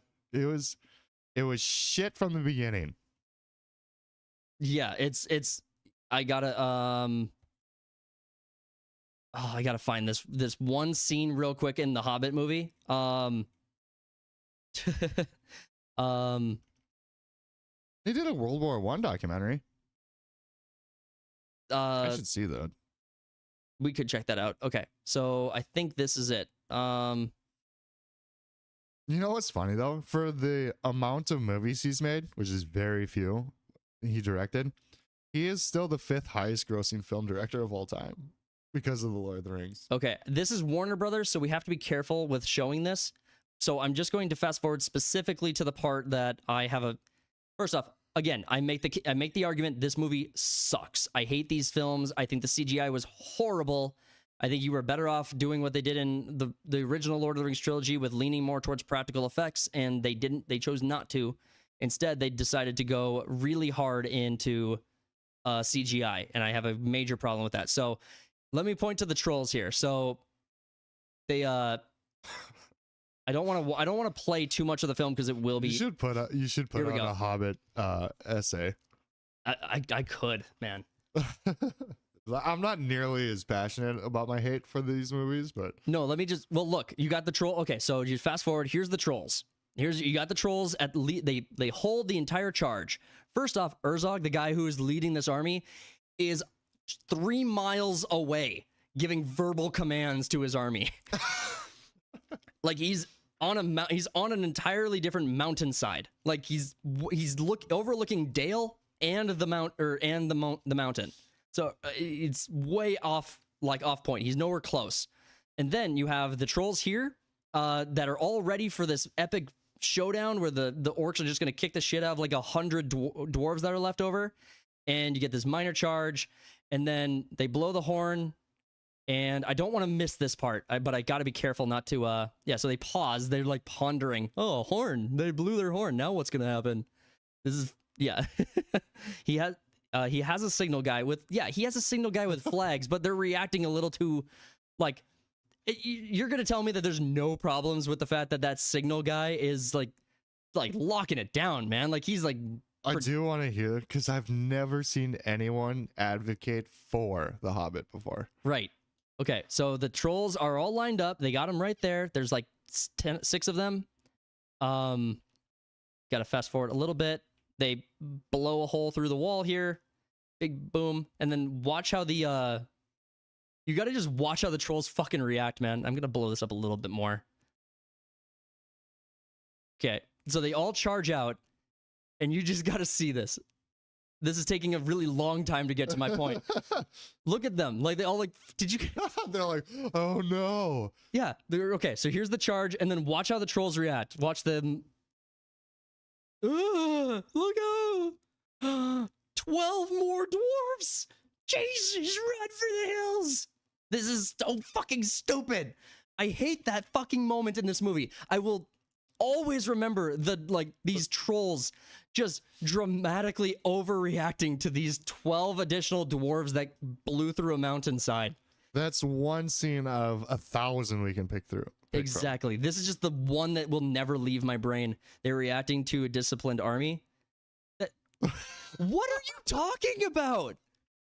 Are you okay? Hold on. You're saying that the orc army is reacting because they are a disciplined army and the flag guy is doing a good job? No, the dwarves are the trolls are reacting to the 12 dwarves that blew through this mountainside and made a beeline through their main force to lead the charge? That is not like that reaction does not track at all. Like, because all they're reacting to is the 12 dwarves running across this bridge. That's the time frame you're talking about the reaction. If we need to have you on to debate this, I am happy to. But we need to just all acknowledge that I'm right. So and then we can move on. You're right. I have no idea how I could have breezed past Troll's massive intellectual inability. Exactly. You didn't consider that, did you? You didn't think about that. Well, Planks, you're one out of like hundreds of people that I've known that like these movies. We got a lot more. We're not even close to done. We have so many more stories to cover too. I gotta wrap it up. We can skip. There's one that is. I don't know how we would talk about it, so we'll skip that one. We'll cover this one. Let's move on to our next story. Barney the Dinosaur has been modernized movie announced by horror company A24 Studios. Film will surprise audiences and subvert expectations. So you can have Peter Jackson direct that movie. Yeah. He's done horror. Yeah, that movie would scare the shit out of me. I would love to see Just a some horror movie. traumatizing bad CGI. Yeah, I could see that. I've hated Barney since the get-go. I've never liked Barney. So But as a horror movie, it might be my new favorite thing. it could be. Yeah. So Barney, big monster Which, CGI. okay, by the way, A24 isn't a horror company. Yeah, they are. No, they're not. What They do you make all sorts of shit. talk to me? Keep going. I mean, do I have to look up their filmography? I mean, no, it's like it wouldn't hurt, but you don't like have to. You can say like Blumhouse is a horror company. A24 isn't a horror company. They might make some horror movies, but there's a lot of other movies. I mean, you could make an argument that they're more like suspense. It'd be like, all right, Amazon is a horror company now because they put out a few horror movies. What's the Shia LaBeouf movie with like where he's like trapped in a house on like an ankle monitor? Disturbia. Disturbia. Yeah. That was a great movie. So that is like when I think of like a suspense film, that's what I think. I think that movie is That's like suspense, it's not yeah. horror. No. So I think you like what your point is that they are not categorically horror. I mean, they're at least suspense. Maybe, yeah, I guess. I'm not saying I don't better know. or worse or the same as Disturbia. I'm saying they fall more into that genre if you want to make the one of their more. more popular films would be like Hereditary or Midsummer, Yeah. but there's The Iron Claw, there's Uncut Gems, there's a lot of other shit. You do have they are working on the Backrooms project. So they are working on the Backrooms, which is going to be huge for them. The Backrooms is such a locked-in fan base and people who just love that IP. And they brought in the right person to work on it. Actually, this is all very important. Let me pull up the announcement / interview of the guy who's going to be running the project. So but yes, so It's such a unique thing. It's gonna be fun, I think, regardless. yeah. I mean, I think it's going to be It amazing. could be dumb fun or like, oh, this is actually very poignant. So I mean, like, yeah, the Disney, or I'm sorry, not Disney, but Barney being the actual like project, Barney being the project that they talk about for a upcoming horror film. You've seen Winnie the Pooh got a horror film. You've seen other projects get a horror film. That are like kids movies or kids shows. I think Winnie the Pooh is like the Winnie the Pooh horror film is actually getting a sequel. So I mean, I didn't see that. yeah. So Barney getting a horror film made feels very much on the industry. Then you have so this is what I was talking about. So Anthony Padilla spent his video he posted last year where he spent a day with the Backrooms creator Kane Pixels. So Kane Pixels is a YouTuber who was responsible for creating some of the most famous videos on YouTube related to the Backrooms. Some of them get millions of views, and they really they do a great job of exploring the concept of the Backrooms and everything that's in there and how people would like realistically interact with it. He's basically like a independent director. Like he makes his own films out of this. And A24 Pictures has tapped him to do the Backrooms project. So A24 The Black Rooms? The Black Rooms, yeah. The dark room, yeah, the dark rooms. So A24 Pictures taps him, a pretty huge YouTuber responsible for building in popularity a large portion of that audience, to now run the project. I'm 100% locked in on that. And the Backrooms can It'd only be like a Backrooms movie with Barney as the creature that you're running from. if they combine them, I'd be even more excited about it. I think that would be so cool. But yeah, Please tell me there's a mod in one of those indie games. But if the Backrooms was told in any other medium besides a horror film, there'd be no point in watching it. It couldn't succeed, like as a project. I mean, it's not really Backrooms, but Severance is kind of close. It's kind of like a, what would be the name for it? Like a genre comedy where it's very dry comedy, but other than that, I don't know. Yeah, we so we wanted to spend a few minutes or a moment or so on this because Barney the Dinosaur was. So you never liked Barney, and so you didn't watch it growing up? I always hated Barney. I have watched so much freaking Barney when I was a kid. Me and my younger brother. That's why you're gay. No, you're gay. Piece of shit. How'd that get in here? Barney as an IP was actually very big for a lot of people when they were growing up. I mean, I think it was kind of the alternative / substitute if you like Sesame Street. Like I don't like Sesame Street either. Right, and if you watched either, you probably didn't watch both. I mean, you probably didn't. Yeah, I mean, I didn't watch Sesame. Was there fierce competition between them? No, but I mean, there was like, oh, you're a Barney guy. But no, but I mean, when you're Sesame Street kids on one side of the table, when your audience is kids, there is really, it seems to be the case that like when a kid latches onto one thing, they don't really explore their options. They're not really like open-minded when it comes to like finding new stuff. I guess like I was a Nickelodeon kid. I wasn't a Disney kid at all. Right. I didn't watch. I watched Disney movies, not their shitty network that they had on. For me, it was Cartoon Network until I was probably like 10 and started to explore like Disney and Nickelodeon. Maybe I was a little bit older than that, but yeah, I was really. Nickelodeon also had Avatar, so Nickelodeon's well, okay. Well, then Cartoon Network had Teen Titans.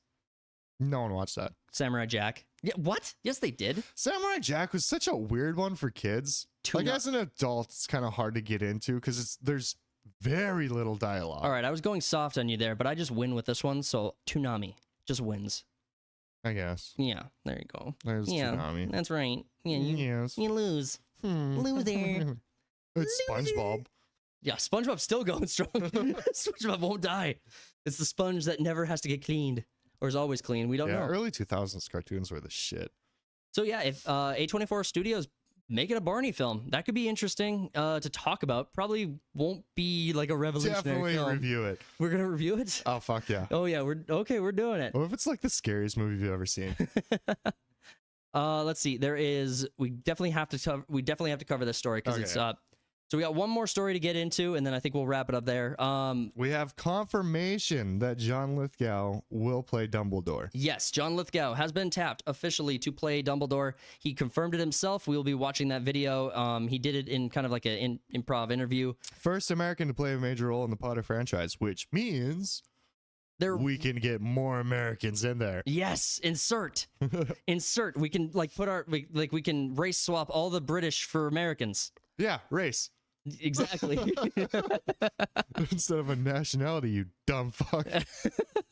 But John Lithgow, I think, would be a great choice. We talked about this the other week when it was just a rumor floating around. So we talked about it last week when it was a rumor, and now that he's confirmed it, we can all talk about. Plank says he's Australian. What? Did we fuck that up? No, he's American. I think he's Canadian, actually. Oh. Feel like we're not getting it, or we're not making our argument stronger. I don't get the Australian joke though. We're not making our argument stronger. Okay, now I have to Google or I have to Bing it. Okay, here we go. The article. American actor. Yes, Lithgow's casting is significant, not just for who he is, but for what it represents. Since the original Harry Potter films, J.K. Rowling has insisted on an all-UK cast to maintain the cultural authenticity of the series. The movies famously followed this rule to the letter, with only one minor exception: Eleanor Columbus, the American daughter of director Chris Columbus, who played Susan Bones in Sorcerer's Stone and Chamber of Secrets. Who the fuck was Susan Bones? I have no idea. Columbus was given no speaking lines and appeared solely in a background role. She was okay. Yeah, I have no idea who that was. Okay, Obviously, I've read the books and I don't even remember that name. Okay, Plank says I got what I wanted out of that. You second guessed us, you piece of shit. I was like, did he play an Australian in the movie? It's like, oh, he's Australian. Well, you know what's interesting is that you know what I was gonna say it's interesting that then they would support the race swapping of characters and cast in the movies. Like That's interesting. No. That's interesting to me. No, that's totally different than nationality switching. No, it's like everyone's different. They're going to be playing British people. Well, You can't play as a black guy unless you're RDJ in Tropic Thunder. well, what are you talking about? So What are you talking about? the Severus Snape race swap that they were trying to do. Yeah, that was the rumor that came out of who God knows where. Right, but I'm just saying that they've been clearly open to race swaps into the project. They've been like, we reacted to both the casting call, that Severus Snape topic, which they did not HBO did not react to or say anything about. Obviously, they didn't confirm it because it didn't end up being true. But the point was, Yeah, and the casting call could also just be like, "Hey, look at us not being racist." it could be. I mean, Like, yeah, but isn't come it? in all sorts, shapes, and sizes. I don't know, man. But We're looking for dwarfs. I'm surprised that this far in, it's the only one we've gotten. It's the only confirmed on. confirmation. That It's the only confirmation we got, and it didn't come from HBO. The actual confirmation came from John Lithgow himself, and we'll pull that up and watch it here. So, it was an interview with Screen Rant. Exclusive. John Lithgow confirms to Screen Rant he will play Dumbledore in a Harry Potter TV show.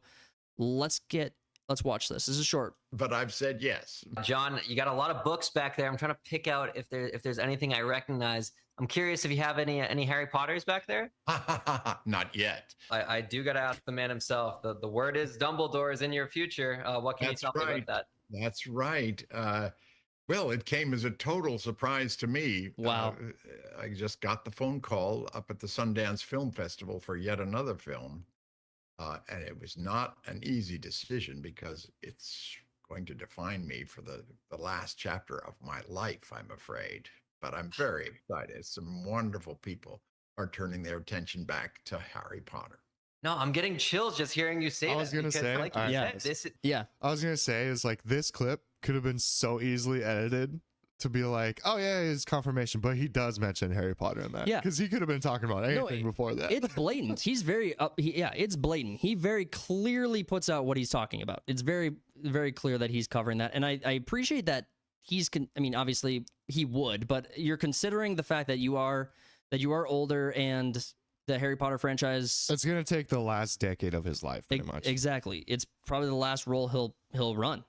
I mean, he might do side projects. If it's a good show and that's your legacy, that's a pretty fucking badass legacy. Well, I mean, Game of Thrones, if Game of Thrones had ended successfully, I mean, all of those people's acting careers would have been locked in. And I mean, plenty of them still do stuff. But I mean, Game of Thrones is an example of like a decade's worth of work coming to an absolute flop. Yeah, And I mean, and there's not.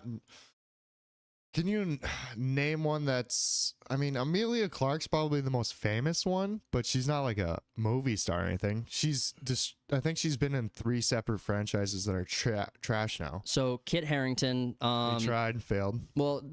he did he was in the what's the Call of Duty Infinity? Oh, Infinite Warfare. Thank you, Infinite Warfare. That was 2014. No, I know, but I mean, So it's- that was 4 years into. he Game played of it, Thrones. but he played a part in Marvel, and they tried to bring him into Marvel with the Eternals. No, that was John Madden or Joe Madden. No, they're both in the film. Are they? Yeah, Kit Harington played the boyfriend of the one of the elemental superheroes, the lady who's like the main character of the movie, and Kit Harington plays her boyfriend. So all in all, I mean, he played in that, and it looked like they were setting him up to do something, but he didn't He have was any. in Pompeii. Anyone watch that one? Pompeii, no one watched it. I didn't say they were successful. I said that they were doing stuff. Yeah, unsuccessfully. You could say unsuccessfully. That's perfectly reasonable. All right. I think we had other stories we were hoping to get to, but it doesn't look like we will have time. We're going to have to call it there. Thank you guys so much for tuning into this episode of the Third Party Podcast. We hope you guys enjoyed. If you did, don't forget to smash that like button. Subscribe to the channel if you are new. Thank you guys all for helping us reach 500 subscribers. It means a lot. We worked really hard to get there. We got a long ways to go, but we want to take a second just to appreciate you guys for all your support, all your love and help. So if you guys haven't already and you're new to the channel, though, please subscribe and share the video out there. Come hang out with us coming out with us tomorrow on Sunday Slackers. We will be returning to Raft, and we will catch you guys on the next episodes. Go tell your stories. You just lost all confidence at the end. I failed so hard on that outro. I did my best. I f***ed that up. Because you were thinking about next week, we're not going to be here. So yeah, there's a high likelihood that next week we will not be on the podcast. So we will probably have Sunday Slackers, but next Saturday we may not be here for the podcast. So guys, we're going to wrap it up. Go tell your stories. We'll see you guys on the next ones. Peace out. Bye. Bye. I tell myself that everything will end up alright. Just push yourself, test yourself, figure out what you like, and find your limits, don't be rigid, always work towards a prime. Surround yourself with open minds, people can change your life. A few friends with intent can help you feel alive. Find a passion, take some action, and with a little time, just be patient, make a statement, try to enjoy your life.